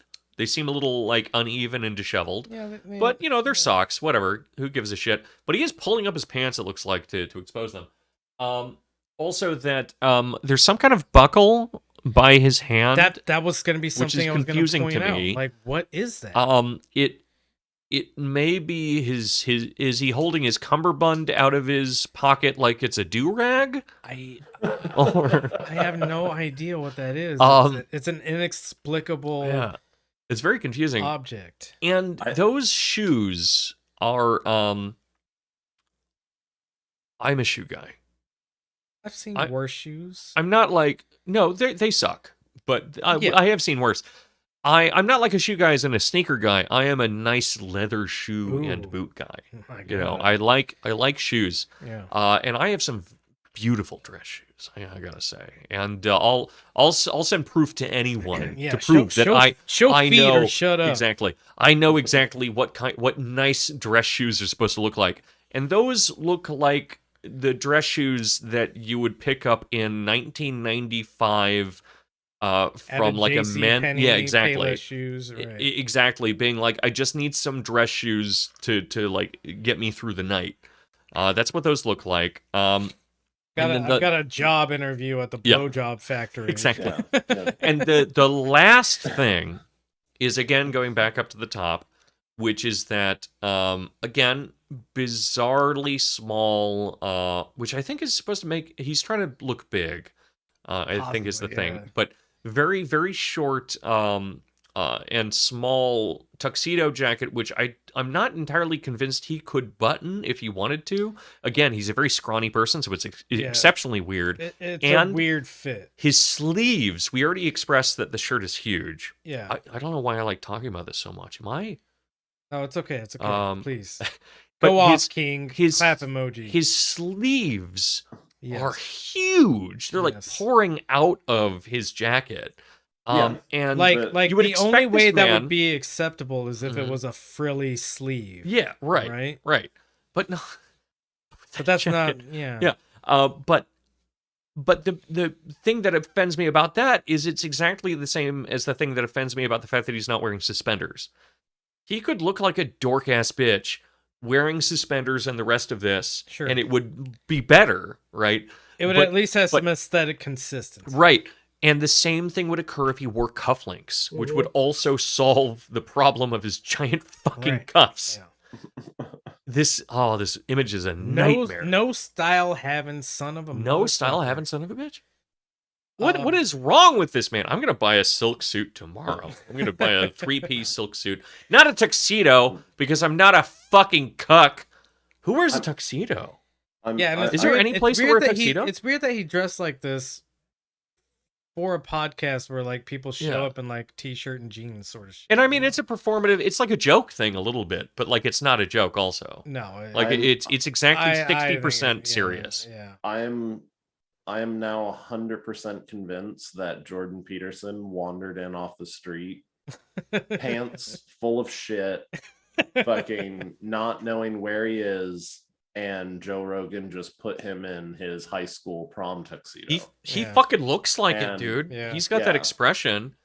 I shit my pants earlier today. As someone that has worked with a bunch of dementia patients, that man is full or no longer full of poop. He's got the guilty shit my pants look on his face. Yeah. But just the whole thing is shocking to me. But I do this is a genuine question here, is in what contemporary circumstance do you wear a tuxedo? Like I sang as part of a symphony where you wore a tuxedo for exceptionally rare events, but even then we stopped wearing them after a while. Yeah, I would say like a wedding is probably like just wear a suit. Yeah, I've never. I mean, if you are being wed. No, I'm not going to wear a tuxedo at my wedding. All right, well, you want to look like a fucking nerd at your wedding? I mean, yeah, you're literally getting married to a girl. So. You can't look good in a tuxedo. Gay. No, you tuxedos can't. look like shit. They're for assholes. Actually, you know what? I've got 007 wears a tuxedo and he looks good in it for 5 minutes after it's covered in blood. I had to push back on this. I wore a tuxedo at my brother's wedding. Fuck you. I wore a tuxedo at my brother's wedding. It was required, first off. Your brother's an asshole. And I looked pretty fucking sharp. Yeah, I'm sure. I'm sure you look better than this fucking prick. Well, because I've got like meat and stuff on my body. And you know, I'm a handsome guy. Well, I mean, that's one of the things. So he looks gaunt. The reason, dead. exactly. No, that's actually a really good point, because the thing that makes you look good in a suit or a tuxedo is the fact that it, as Jordan Peterson was saying about women in the workplace, it shows off the sexualizable elements of your body, right? Broad shoulders. Exactly. Skin your waist. It turns you into a V. It hugs your butt. It does all these different things. The neck draws the attention. It closes up around, or the tie closes up around the neck. It shows off that it's a little bit thicker than it would be on a woman. Just all these different things. It's you screaming, "I have a man's body. I'm a man. I'm ready to fuck." Yeah. That's what a suit or a tuxedo is supposed to do. Except tuxedos only make you look like a dork. Except me. I look good in tuxedos. But you need to give it a little bit of help by having a body to show off in the first fucking place. Not being an emaciated benzo addict. But here's my last thing about this, which is that skinny ass dudes can look great in tuxes and suits and shit. And I mean, when you skinny, get it tailored skinny to models, your body. right? Or just you can oftentimes just buy it off the shelf too, like as a skinny guy. Yeah. I was a skinny guy for the first 17 years of my life. But you can look good in it so long as you aren't, so long as you have a modicum of taste. Yeah. But anyway. It's supposed to make your body look good, not like this. We spent minutes longer than I thought we would. I could go all night on this shit. We don't have the time. John, next link. Oh. There we go. Oh man. All right. This is one of many dumb things that you're gonna hear out of Jordan Peterson. I kind of put together like a highlight reel. Oh God, shit, dude, this is one of the dumbest things I've ever fucking heard. And this is Jordan Peterson talking about climate change. Oh God, this one. Please make it big and then play it, John. Hard to sort out. The climate change one is a weird one. So that well, one. That's because there's no such thing as climate, right? Climate and everything are the same word. And that's what bothers me about the climate change Can types. we pause it like, already? I'm sorry. Okay, so there's a few things. Yeah. First, what I thought would happen, and eventually he actually hits this word, and I was blown away. But I thought he was having a confused old person moment where he confused the word climate and environment. Mm-hmm. I was being generous to him, and I thought that's what was happening. No. But no, he says environment later, and either he's covering up his tracks in that moment. He's like, "Oh fuck, I was thinking of environment the whole time. I'm an idiot," and so I'm just gonna like put that on the side to like pass by and continue on. Or he's saying something that I don't understand at all, which is possible. But the other thing is that he is pointing out, as Jordan Peterson has an incredible tendency to do, which is that he points out a philosophical problem 10 years after it's solved. Yeah. Or before it's... after I said it right. After it's solved. Sorry, I'm drunk. Wow. Per usual, I guess. on this podcast. On this podcast, Yeah, but shit. He's pointing out the only useful thing about object-oriented ontology. Sure. Which is the existence of hyperobjects. Hyperobject, there's a lot of different points in delineation. Harmon actually has like a good video explaining all of it. It's the only good thing he's done, apart from like reading Heidegger in an interesting way. But a hyperobject is something which is so big it can only essentially be statistically defined. Which I think there are a lot of problems with that. If you want, you can read my thesis.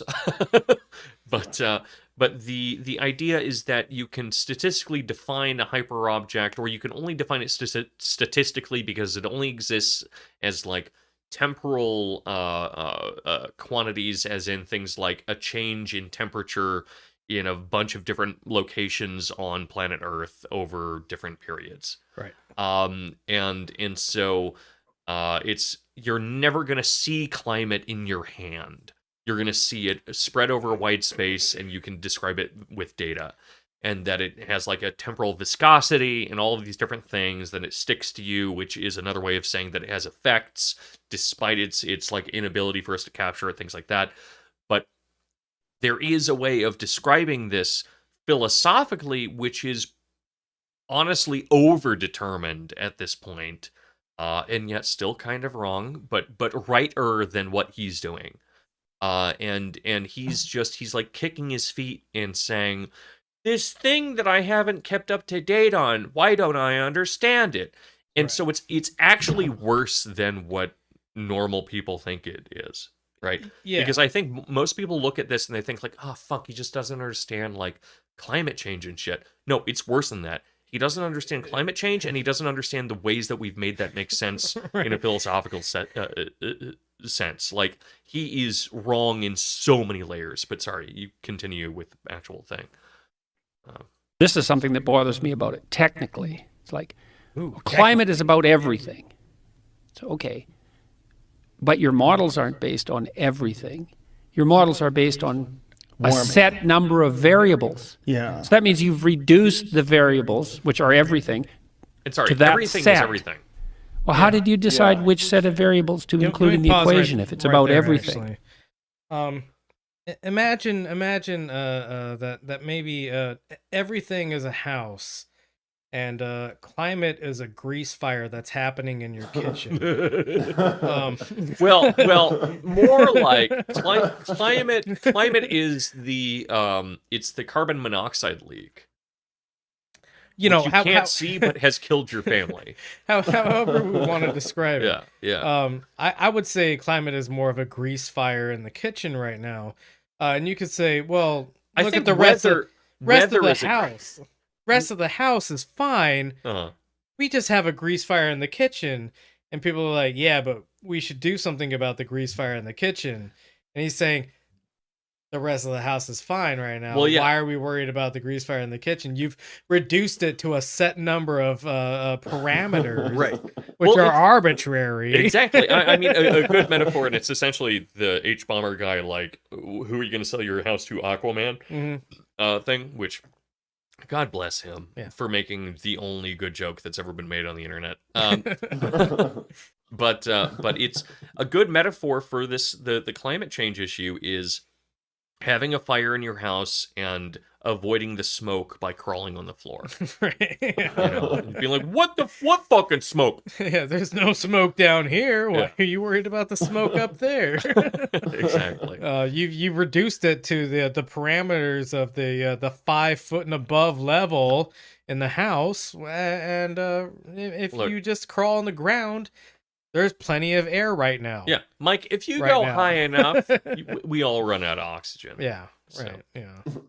Anyway, Jorbo Bleeperson. Secondly, we live in like a kind society? of a closed system of climate. Climate isn't necessarily everything. There are some outside forces, like a meteor could come in and like destroy us or whatever. But like, Well, our hope and pray globe every day. is a closed I mean, the system. problem is that no system is a closed system, but it's closed-ish, right? That's what I mean, and that's what I'm saying. And but that's the problem with our climate is that people think it's a closed system, but an outside system, being the fucking sun, Right. keeps radiating us. Exactly. and that's the one thing we can depend on, and the other Yeah. thing we can depend on is the more we like produce CO2, the worse the sun gets for us. The more we close our system. Yes. Like literally, that's what happens. Is CO2 is heavy and dense, and it blocks the sun reflecting back. Let's go to Venus. Seems nice this time of year. Yeah. That's part of the climate, because the climate is everything. Continue playing this fucking thing. But that's what people who talk about the climate apocalypse claim in some sense. We have to change everything. It's like everything. Because eh? our economic system is Okay, everything. what, and the same with the word environment. That word doesn't mean, it means so much that it actually doesn't mean anything. So this is a crisis of everything? Pause it for It's like, a no, really it's quick not. Or if it is. Let's just point out that the word environment has never been used in clinical psychology. Mhm. That was Not a joke. once, yeah. Continue. Nobody's ever lived in an environment or a society. Society is so big that Well, if it really is, then we're done, because we can't fix everything. Well, but we have specifically, to. what they mean specifically is the human, what human beings are doing that's causing the Earth to warm. Right, So right. it's- But you have to include all these factors in the models to determine Yeah. that. All these factors. Well, what can you not include? Well, then, by deciding what Can we you pause don't real quick? include, you decide which set of He says all these factors. Doesn't name a single factor. What can you not include? Doesn't name a single factor that you can't include. Yeah, it's also insane because he, being a psychologist, doesn't seem to be aware that we're able to produce mind-blowingly giant models using extremely broad amounts of variables. Yeah. Incredible. Yeah. Which is funny because the way that most people learn stats is either raw math stats or it's like a bio stats sociology thing. Right. So he should probably know a little bit of it. And he tries to express that he knows stats, but clearly he hasn't taken a stats class in 40 fucking years. Anyway. He has some fucking nerd in his classroom do the numbers for him. Yeah. Just puts out an idea. Imagine him as a bully in college. No, I mean as a professor. No, yeah. I don't. Where he's just like, oh man, I'm gonna do some fucking dream analysis shit. Yeah. And I'm gonna have some fucking asshole in my class that's asking me for an A just to do the math for me to make it make sense. Anyway. Go ahead, John. variables are cardinal. And you have to make that decision in some sense before you even generate the models. This is a big problem. In fact, it's already the case that even if the climate models are right, the error bars are so wide by 100 years out that we'll never be able to measure the effects of the changes we're making now. Yeah, we'll that's never a know. good one. We have oil companies that have made estimates out to like, I think 80 years, which have been essentially 100% accurate so far. So in fact, the enemy has already done all this work for us, and it has been in fact accurate. And you know, he's talking about the like margin of error and like predicting these things. And it's like, yeah, sure, we don't know exactly what's going to happen 100 years from now. There could be like some catastrophic event like a giant volcano erupting that like brings about a cooling period because there's ash covering the entire world. There are some cuts in here where in between he was talking to Joe, my friend Joe, about he was essentially comparing climate science to trying to predict the way that your own life goes. Yeah. Which is stupid fucking comparison. Right. You know, because variables do different things. Right. Yeah. In different settings. It's like trying to compare your baking soda to your vinegar. Yeah. But yeah, it's Well, Just yeah, fucking nonsense. he essentially at one point I think says something about how like the future doesn't matter because we can't tell the future. So why try to predict the future? And it's like, well, I mean, again, going back to the grease fire analogy, if you don't do something about the grease fire, like maybe take the pan outside. Yeah, but if you do that, what if you light the world on fire? Yeah, outside? right. We Like, don't you know. don't know. Yeah. You never know. All those anything grease for sure. fires that have turned into global fire events. Also, Robert Kelly says words aren't real, and then follows it up with the beautiful Smith quote: "How can mirrors be real if our eyes aren't real?" Damn. And honestly, I mean, these are good points, but no. But he does get into that during this Joe Rogan thing. I'm not sure if this is something we're going to bring up, which I don't is think so. The words issue. So I'll just bring it up really quickly here then, if that's cool. Maybe. Which is that's not an answer. But he brings up one of his 1,000 problems with postmodernism, which are his primary problem with postmodernism is he doesn't understand it. Yeah. Is he ends up saying that postmodernists claim that the only way of defining meaning is through an interaction of linguistic terms. Right. He says it in a dumber way. Definitely a dumber way. But I've heard this clip. It's not part of what we're going into. Right. I think, so. And what he is saying is something that I would hear this from an undergrad and think, well done, you almost described it right. Which is that he's talking about like a Saussurean linguistics concept, Right. which is essentially that the only way that we know that one word means something is by its difference in comparison to other words. Sure. Right? A tree is a tree because it's not a dog, a cat, a horse, a house, all of these different things. That's how these words end up defining their and meaning. these things not how may the differ. concepts get their meaning. And these things may differ from, one linguistic society to another. Also, right? yeah, also true. Like all languages are different, and then of course things are different when they're spoken versus written, and all these different like bizarre variables. But postmodernists are saying that that's how we define language, not how we define ontology, right? Not how we define metaphysics, and not how we define experience. That's not at all what they're saying or what we're saying. Fuck it, I'm a postmodernist. Fuck you.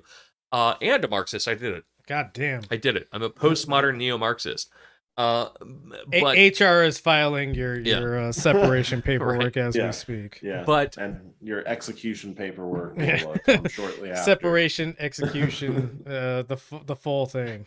But go ahead. But that is such a bizarre misunderstanding for someone who is his age and his level of apparent expertise to have. And the only way that you have that kind of misunderstanding, and being someone that's followed Jordan Peterson for many years now, I guess 6 years probably is how long I've been following it. About 6, the 7 same years. time for me. Yeah, like since he came out of the scene, more or less. Like I thought he was kind of interesting at first because I'm like, oh, he's a Jungian, okay. He's going to talk about Nietzsche a little bit, and then he's going to say something that's a little weird, but God, and then, if only he was that intelligent. Yeah, he hates trans people, but so do a lot of like people that I guess I like, and then it all falls off the fucking map. It's a nightmare. Because that's a good marker of when someone's about to become a nightmare, or is a nightmare already. But anyway, so Jesus, but no, so someone. It is extremely evident to me that he is not someone that understood or read any of this type of work up until recently. He was someone that read Nietzsche and Jung before, and read, I'm sure, plenty of clinical work. And like one of them sucks really bad. I mean, everyone misunderstands both of those, I guess. But he did it in especially like 13-year-old white boy way, right? And later on, he begins to like develop these new little bits of knowledge, which is good. You should always be learning things. But he develops this understanding of the world that he's like sneaking in these concepts, and he's never saying exactly who says what or anything like that, unless they're his like cardinal people, as in like Abraham, Jesus, Jung, and Nietzsche. But he and like Tolstoy, I guess. But he has clearly just learned about this linguistic concept. Oh yeah. And the way he learned it was very Wikipedia. clearly was through some like bro of yeah. his. Some other like conservative asshole that did learn it through Wikipedia. And it just sucks. It's very bad, and everything's bad. Roll this out, and then we got a couple more clips we got to hit before we call it night. All right, I'm gonna let it roll at least for 20 seconds because I'm gonna grab a beer. Yeah. There's also a whole sign signified thing here. What's up? But don't worry. Click play and go get your beer. No, if the changes we're making, to save the climate actually worked. We can't measure it. The errors are too large 100 years out. What do you mean by the errors? They're not. Like what errors? Well, prediction error. So, look, imagine that you're going to predict how your life goes. Okay. Well, you can kind of do that. No, you kind of know that tomorrow is going to be somewhat like today. Okay, but how much is next year's day going to be like today? Well, somewhat, but less certainly, because you might get sick, for example. And then over a 5-year period, well, there's much more that has to be accounted for. And so the probability that your prediction is correct decreases as you move forward in time. That's why we discount the future. What? You went from. Please stop that. Yes, thank you. He goes into this whole rant about how the future essentially means nothing because you don't know what's necessarily going to happen tomorrow. And it's like, yeah, sure, man, but we can like predictably say that if things keep going the way they're going, it's going to be bad. And he does this whole like switcheroo thing where he like boils it down to like an individualist sort of thing where he goes like, you don't know what tomorrow is going to be like. And it's like, well, yeah, no, because, I'm an individual person who like, I don't know, maybe I got to drive down to, a different city for work and there's going to be a traffic accident. So, I would plan for an hour and a half of me driving to get to the city. But there's a traffic accident. So my individual experience is that it actually turns into a 2-hour drive instead of an hour and a half drive. And like, too true. That's not how the climate works. Like there's broad, and yeah, it goes back and forth a little bit here and there, but there's broad trends that we can see in the climate. It's not like beholden to our individualist experience of living and being. Yeah, and what about broads? In your traffic metaphor, you're still gonna get there. Yeah, you're still gonna get there one way or another. But yeah, it may take you a little bit longer, or it may be faster because there might be no traffic. Who knows? Sometimes you never make it. It's the road is entirely grease fires, and the atmosphere lights on fire. Let's go to the next link. And I don't know in which way. So there's this link, and then the next link. You know what? Actually, yeah, this isn't the link I thought it was, but this is also incredibly funny. So, well, so I've got a theory. Go ahead. Which, and again, not saying that it's not viable because I'm guessing he's going to go into the fact that there's a lot of solar panel fires. No, it's dumber than that. No. Oh, it's dumber than that. Oh, okay, sorry, I was giving them credit. And I think actually you might have missed the link that I gave you. Fucking idiot! Don't talk to John like producer. That, right? Yeah, my real boss at work is on my ass, and my pretend boss on Friday. Sorry, I love you. I didn't mean it. I didn't mean anything. I didn't say it. Let's see, somewhere between. No, I think I forgot to get it to you. Fucking idiot. Oh yeah. Yeah. Well, Whoops. Guess we're gonna miss it on some Jordan Peterson. No. We won't do that at all. No. But this is Jordan Peterson thinking he's the most clever boy ever about solar energy, which he's dumb and wrong, of course. Yep. But Go ahead and roll it. A weird idea of nuclear because of the several, whether it's 3 Mile Island, Chernobyl, there's been a few disasters. Yeah, more people die Fukushima. every year from solar energy than die from nuclear. Well, still not true. Well, people continue to die from every Wait for it. fucking. Oh, okay, sorry. It sucks so Who much more dies? than you think. From solar. Well, of course. Guess because, how you die from solar. Sunburn? No, you fall off the roofs when you're installing it. Oh. Yeah, that's gravity. Right. Yeah, gravity. Gravity. And That's the stupidest. Oh my god. I shouldn't have thought that fucking like real thoughts went. This isn't into nuanced. that. This is No. Big mistake. And I thought that we were fucking idiots, fucking sitting around in our underwear, fucking Nope. yelling at shit. It's them. It's them. It's It's them. Yeah. Oh my god. This is probably what Jordan Peterson wears to bed at night. These are his pajamas. That would explain a lot. That's- Those yeah, are just that- made of that- silk. Yeah. It's not a silk suit. Silk jammies. Oh my god. Yeah. I give up. We got 8 more seconds of this eight shit. more seconds.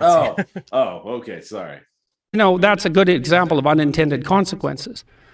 Because systems are complex, and when you change them, you think only good things will happen. A weird idea of nuclear because of the several, That's whether it's looping now, 3 it's Mile looping now. Island. Get rid of it. That's making me loopy, you know what I'm saying? I just love how Jordan Peterson like thinks he's the most clever person on earth, and you can hear it in his intonation and like how he says it and how he brings it. Well, Michael, how do you think they die from solar? They fall off the roofs. Huh. Well, You never thought about that, did you? I mean, Did you, cringe ass lib? It even sounded like Joe Rogan was like cringed. Yeah, even Joe Rogan's like, "Oh, really, man? That's the Yeah. thing you're gonna bring up Yeah, is like- people like- fall off of roofs." Yeah, like Michael. that's obviously stupid. Michael. Do you know? Did you know that in Europe they call football soccer? Oh, no, they call soccer football. That's. Yeah, well, I got it wrong, and it was Yeah. pretentious. Yeah, well, Good appropriate. talk. Anyway, Next link. I wonder how many forklifts are on a nuclear power plant, and how many of them like tip over and fucking like crush somebody's leg a year. Several, I'm sure. Yeah. oh, Okay, yeah. Play this. I think people are going after comedy for a different thing today, because they're going after comedy for a literal representation of what the words mean if you put them in print, and that's nonsense. Yeah, that's but not what a comedian's yeah, doing. well, they're doing that. They're doing that because there are some things they believe that can't be made fun of. Yeah, but really what they're doing is just looking for targets. They're playing a game. The rules of the game have been established. Comedy violates the rules of the game. Yeah, what are the because rules? comedy take those things. Well, there's a lot of things you can't joke about. You can't joke Sacred about things. Yeah, there's protected classes now. We all know what they are. We don't even have to bring them up. Whether it's trans people, gay people, people of color, Asian people, whatever those things are. One thing you can mock relentlessly is white people, specifically white males. It's one of those. Well, they are pretty funny, Oh, sure, we're ridiculous. right with but that. it's a funny pejorative that people My will dick's say covered in mayo about right now. like a group of. What was that? My dick is covered in mayo right now. You didn't even fuss with that. Yeah. But I will say that before this, if I recall correctly, they were talking about how important games are and play is, and now they're gonna fucking bitch and moan about how awful it is that they're playing this game of wokeness. Shit sucks! It does suck, yes. Is it just me, or maybe was Jordan Peterson fucking briefly addicted to meth instead of benzos? Like his like teeth are dissolving out of his He head. was an alcoholic when he was younger. Everybody was an alcoholic when they were younger. That's true, but he called himself an alcoholic, which it does cause a weird pH imbalance and can cause, vomiting. And so now Fuck up his teeth. That's why all the British have shitty teeth. Then they don't care because they're not real people. They can't see their mouths. Like, I feel like I've never seen this like this like weird expression that he keeps making. This his weird like Joker face that he's fucking making. Yeah. He's got the weird misaligned like lower teeth kind of thing. And mixed with like, just being an old person. And like mixed with like a weird squint. Maybe it's just the dungeon fucking aged him so much, but like I think Joe Rogan looks a bit uncomfortable, maybe even a little terrified. I mean, like Jordan Peterson aged easily 15 years in that fucking dungeon. Oh, yeah, without a doubt. Yeah. Like he looks bad. And he was living on borrowed time before that, I think. I mean, I think he looked like an old guy, but he looked like an old guy that maybe he ate like a salad with dinner, like he not anymore. He's on the all meat diet now, right? But now he only eats the crack of pepper. Yeah, that's his veggies. So one of the things I wanted to point out, and I put the follow up link that I wanted to have in the Discord, John. So we don't have to load that up quite yet, but let's focus on this real quick. Joe Rogan immediately identifies as white, right? Like that. Yeah. Even though he's Italian. That's what we'll get into later. And both of them just kind of agree, like, I'm white, you're white. Yeah, we're both white. But Jordan Peterson claims he's what? Not what we need to focus on right now. Come Roll on. the clip and we'll get into what you're talking about in a second. Yeah, I'm withholding. Folks, they're primarily white males. Like that's pejorative. Like that's like it's my audience. That's what everyone says. Yeah. Oh, you're talking to those young, angry young white males. But isn't that funny? That means something negative. It's not funny. But it's horrible. But it's a horrible generalization. All right, so they both clearly identify themselves as white males or people who are speaking to white males. John, if you could please click the link that I provided in the Discord.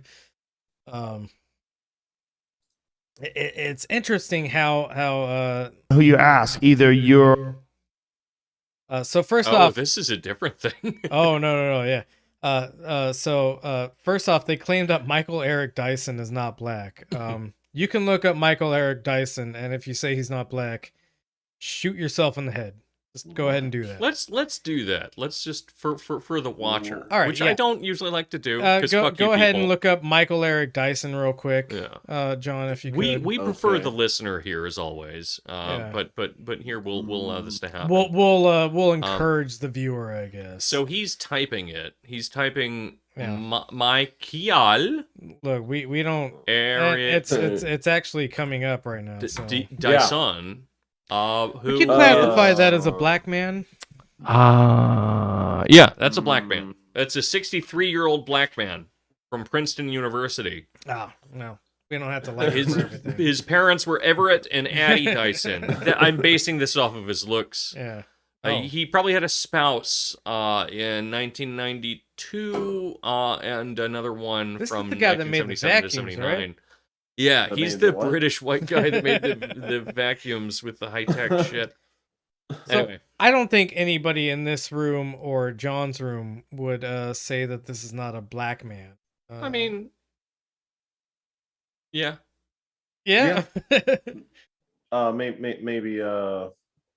Maybe Turkish in a different light. The limitations of his blackness are that he's Middle Eastern passing. When you put him under a strong spotlight, he turns Turkish, I guess. He turns into like a Turkish member of parliament, I'm guessing. But if you look at the far left, what's your judgment on the far left? Black guy, yeah. Well, okay. I don't know. Well, hold on. What if he walked up to you and said, "My name is Suleiman"? I'd be like, well, this is a black guy with a funny name. Yeah. Perfect. Yeah. All right. We did it. We figured it out. Go to the last Back link. to Jordan goddamn Peterson. I already opened it, right? Yeah, here Yes. it is. Okay. So this is Joe Rogan and Jordan Peterson saying who should consider themselves black or not black. Jordan Peterson. And they're gonna do something interesting Jesus here, Christ. which is at after and I don't know which link is like chronologically like in order. I don't know if they originally claimed to be white guys before they had this talk, or if they claimed to be white guys after they had this talk. Doesn't matter. They both had this instinctual sort of thing where they both claimed to be white people, and Jordan Peterson is claiming to talk to young white men. This is significantly later because I haven't seen this yet. Oh, okay. Yeah. So yeah, after they've already established that they're both white guys, but also they do something really interesting. But also after, and I need to point this out because it is chronologically oriented, Jordan Peterson has this weird thing where he takes credit for being Western American. What was the terminology he uses? But he's Native American. He's Western Native American. Or he's from a family that's that. So he never says that he is, but he says he's from a family that's Native American. He knows a Native American friend. So that he can very loosely, and I'm comparing this to Bataille and like Marcel Mauss, which are also very loose. Yeah. But like loose compared to them, describe potlatch, which is another fascinating thing to me because Bataille has become kind of trendy in the last few years, at least in like outsider academia spaces. Well, because and we're then all suddenly, now. Also true, and always have been. But suddenly, Jordan Peterson knows what potlatch is, and claims he's Native American, which is honestly, I'm shocked that that's not the headline everywhere. So he's Native American, but he identifies as a white guy. Yeah. So apparently, well, you save the man, you kill the Indian, right? That's the whole rule. So apparently, this happens after they have both like instinctually immediately identified themselves as white. There's going to be a very interesting thing that comes up here. So please play the clip, John. For a voice of reason and rationality and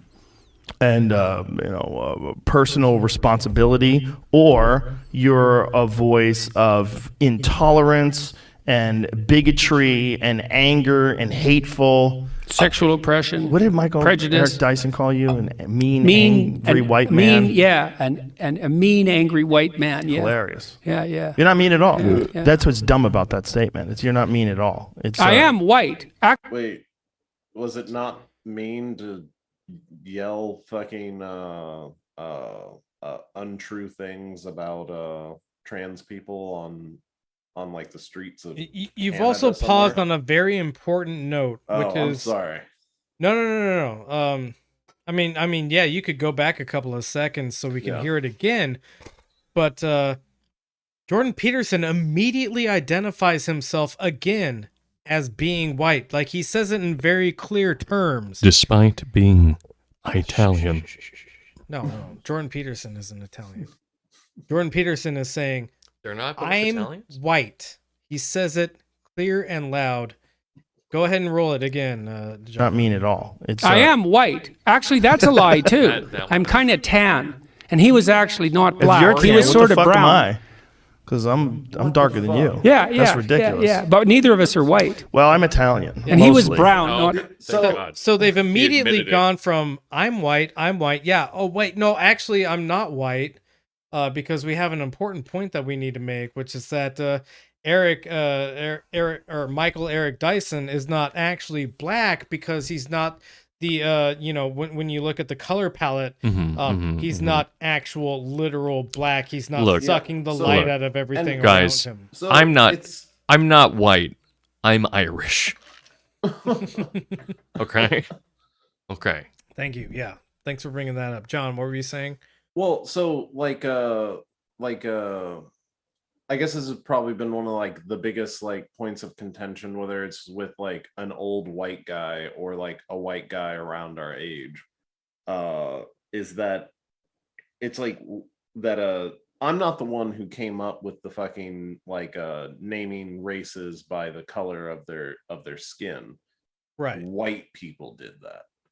And Yes. I'm not, and like we're all not, like most people fucking who aren't racist aren't actually hung up on the actual color. Like I've got a Native American friend who Oh wow, look at you. meets the meets the federal government's like blood quantum, raised culturally as much as I guess like you can these days. In a certain tribe, but everybody in his tribe looks white after fucking 200 years of fucking oppression. But he doesn't identify as white because his family's mostly been oppressed by white people. Right. Like so he's not white. So they're reducing it down to like the actual color on the color wheel that you are, and that's not what it is at all. After they've both immediately identified themselves as white when it came up in conversation, they're saying, this black guy is saying he's black. He's not actually black. He's tan. I'm a little bit less tan, but you know, I'm tan, so I'm not actually white. It's so disingenuous and so dishonest, and it's fucking garbage. And if you listen to this guy and you like this guy, you're fucking garbage too. Sorry, had to be said. For more discussion on this, come to the Trincata Writing and Philosophy Workshop tomorrow morning. We're reading Franz Fanon. Black Skins, White Masks. Where we're covering this tomorrow. We're only covering the introduction, but it is important. It's a good introduction. I actually realized work. I brought it up because I have the book on my drive, and I had a bunch of highlights, and I was like, oh yeah, I read this already. So good ass book. In fact, book. I'm sad I told people to stop after the introduction because the first couple chapters are so strong. What was the name of the book? Franz Fanon's Black Skins, White Masks, or Black Skin, White Masks. It's singular and then plural. Okay, very good. Also, The Wretched of the Earth is also very good, but I prefer this one, honestly. It's very, very good. As a white man, I do. Yeah. Like can we continue playing this fucking train wreck though? I like it when he's mean to me. Black. Well, isn't that weird? Yeah, it's really weird. The black and white thing is so strange because like the shades are so tan and brown. There's such a spectrum of shades of people. Unless you're talking like to Joe someone Rogan, who is for example, like is black. 100. And remind yourselves that these are two people who literally, when it came up in conversation, immediately instinctually identified themselves as white. Joe Rogan said, yeah, white guys are goofy. I'm white, blah, blah, blah. And then Jordan Peterson said, the only thing he got right about me is I'm white. And then they're immediately like drawing that back now because they realize that they have to like a completely different argument, which is, we're not actually white or black. They're so close to being right. Yeah, which again, right? They're touching on something which is important, which is that it really comes down to like class solidarity, but neither one of them will ever actually say that out loud. But yeah, no, they immediately instinctually identify themselves as white. Now they're saying anybody who identifies themselves as black is weird. Well, yeah. Because black isn't real. Black is when weird. I say I'm white instinctually, that's you ever fine. seen black skin? Yeah. When I instinctually identify myself as white, that's fine. But when people instinctually identify themselves as black, that's what's weird. So this is white supremacy literally playing out in front of our fucking eyes on the most watched podcast in America. And ironically, it's all in an attempt to over-determine what whiteness is in kind of reverse, because it's an attempt to... well, it's always self-interested, right? Well, it's always self-interested, but it's necessarily saying, I'm going to delineate myself in a certain way so that I can make sure that people are reminded that I am this way. It's like saying, I'm sorry, I can't come to work right now, I keep tripping over my giant dick. Right. my penis is too large for me to actually keeps work getting anymore. in the way. Whereas, but you know what? I'm so glad that you have people working with you today with your reasonably sized penises, which honestly, it's weird to me that you guys are able to consider those penises. But that's a weird thing because mine causes me a lot of pain, so it's better that you not have one. Michael. Continue. Yes, please continue. Yeah. You got me on the back foot there. So. 100% African from the darkest place where they're not wearing any clothes all day, and they've developed all that melanin to protect themselves from the sun. You know, even the term black is weird. And when you use it for people that are literally my color, it becomes very strange. Yeah. You know. Well, that's because their parents. That's because they've been treated like black people. They are black people. Yeah. Right. Their parents were black people, treated like black people. Like, what do you want them to, or they have lived a black experience? Like, what do you want them to call themselves now when you're still going to treat them like a black person? No, blackness is where you grow up in a country where nobody wears clothes, and so they have to become real dark. John, I understand that you can. Hold on, a white man is speaking. Oh yeah, sorry. I'm sorry. I feel so bad even making the fucking joke. Point to the shade of black on the paint chips. Yeah, but. John, I understand that you view yourself as an African American man, right? You're a black man. Yeah, is that correct? Yeah. That's an interesting claim for you to make, because not once have I seen you running around in the sun with your dick flopping out as you hold your spear in order to keep your balls aloft. I've actually seen that. Yeah. He might be blacker to you than he is to me then. But you know what? Being black is where you don't wear clothes and you develop melanin over several hundred years. And that's not even true necessarily either. It would be so funny if people did this to white people. It's not all like the rape in my family history that made my dad and all the people in his family are fairly light skinned, like back generations. Yeah. Because they were raped by white people. But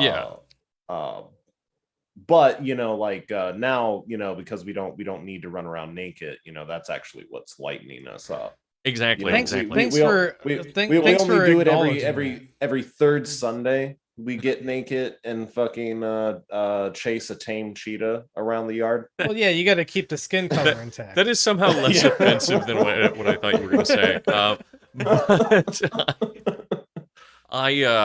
I mean, no one knows that I'm white because I only eat lutefisk when I'm like in my walk-in closet. I don't want to know what that is. It's gelatinous fermented fish. Yeah. Oh, what the fuck? The bones themselves are gelatinous. That shit sucks. That's Methodism on a plate. There was this. It rules. This clip I watched. I don't know if you guys ever watch British TV, but there's this show called. Fuck you. Who's white now? I'm white. Do you watch British TV? I'm white because I wear clothes in the sun. That's true. All right. No, but the show called QI, like some years back, had this segment where they called a random Swede, and this Swedish guy picked up, and the question they asked him is, "Why do Swedish people eat a fermented fish?" Yeah. And the Swedish guy replied, "A lot of people in my country wonder that same thing too." but let's be entirely clear here. When we're talking about Swedes, we're talking about things like pickled herring. Yeah. Which is fucking delicious. No, gross. It's so good. It's so good. Versus something like lutefisk. We're not going to entertain this white supremacist propaganda. Yeah. You take your pickled rotten herring can jar tastes like you've candied onions, Like, it's sweet and a little sulfuric, and it's very pleasant and mild. You've been overruled by the tannest members of the Benzo Rehab. This is the only time that I'll ever disagree with you guys on food, probably. I love halibut. What you just described doing to halibut, it makes me want to burn your house down. Well, that's why we're doing it to herring, sir. Did you say herring? Yeah. I thought you said halibut. But I like pickled anything, honestly. Like, yeah, well, I mean, pickled meats are good as shit. I mean, like I do like cured meats. You know, Thank like, you. So cured fish, but pickled like in vinegar. Yeah. Yeah. No, fuck you. Well, I'm gonna. Yeah. Before I move, Michael, this I'm is gonna where the force you to podcast eat pickled herring with me, and then will throw up, but I will do it. you'll puke in my mouth. It'll be great. Yeah. I'll bring some No. baijiu over. Yeah, I'll try it, and then maybe I'll consider not thinking of you as a broken person. I mean, I'm gonna be broken either way. Anyway, so racist on the internet. Yeah. This is essentially the end of the podcast. Thank God. But you know, I think we did pretty good. Well, I mean, depends. Dorian, do you have any things you want to throw out there before we move on? Move on to the end? Well, I mean, no, we're at the end. Before we move on to like, are you asking me for pitches or Yes, comments on pitches, Jordan Peterson? Pitches before we go to the restroom and kiss each other all night until we go to sleep. We are going to do that, but I'm going to cook steaks first. Yes, that is the plan. We are reformatting the Patreon a little bit, or I am, for Trincata, so that people are paying less and get more. But I may be adjusting it so that only people that are willing to donate something are able to join in. So at least for the time being, you can still join us without paying any amount of money if you go ahead and either send Mike or myself a message. Again, if you do want to pay money, $5 a month, I think, is going to be the basic amount that I'm going to ask from people. Patreon.com/Truncata, TRUNCATA. And we do literature and philosophy talks Saturdays, 11 a.m. until 2 p.m. PST. Also, if you hit up schizotopia.net or schizotopia.pod on Instagram, I just did an episode with him defending and shitting on the new Matrix movie and all the Matrix movies, and also one surprise movie that I won't tell you about right now. So check that out. And also, Layer 22, I think, is what they're called. The folks that sent us shirts. Oh, yeah. They sent us an inverted pneumogram shirt, so they can't get sued by Urbanomic. I tried to wear it today, actually, yeah. And I don't know if it's like the wrong size or something, but it was choking me. So they are a little small for large. Yeah. Mine was pretty tight. But I got a thick ass neck. That's true. It's true. You got a thick boy neck. But yeah, so you should wear a bow tie. Whatever, actually. But anyway, so check them out. They make cool shirts, and they sent us stuff. So again, like, not a sponsored thing, but they did send me something that I like. So, bring them up. Otherwise, I think that's it from me. Cool. John, do you have anything? We know it. Yeah. I was flapping my dick around on my Instagram again. I didn't post any pictures. Just words of wisdom. Okay. Yeah, viewers and listeners, continue to not be weird, gross, racist. If you're not, or unless you are, I don't know why you're watching the show. I guess, but that's for me. Not really like a pitch or anything, for Dorian. But yeah, I guess that's cool too. Yeah. Remember to don't eat be your a weird, gross herring. racist. All right. So, as a final note, the Benzo Rehab Dungeon is and always will be a free broadcast, but you are welcome to help support us if you would like to do that. We would appreciate it.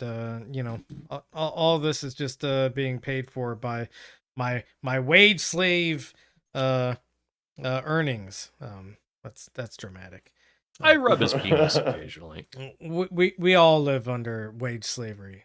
We all live under bridges. But if you would like to support this, please go to patreon.com/BenzoRehabDungeon and donate whatever you can. Again, nothing's ever going to be locked off, so not required, not expected, but cool if you do it, cool if you don't. As always, we love you. Please take your medicine. Please take mine too. Make sure to share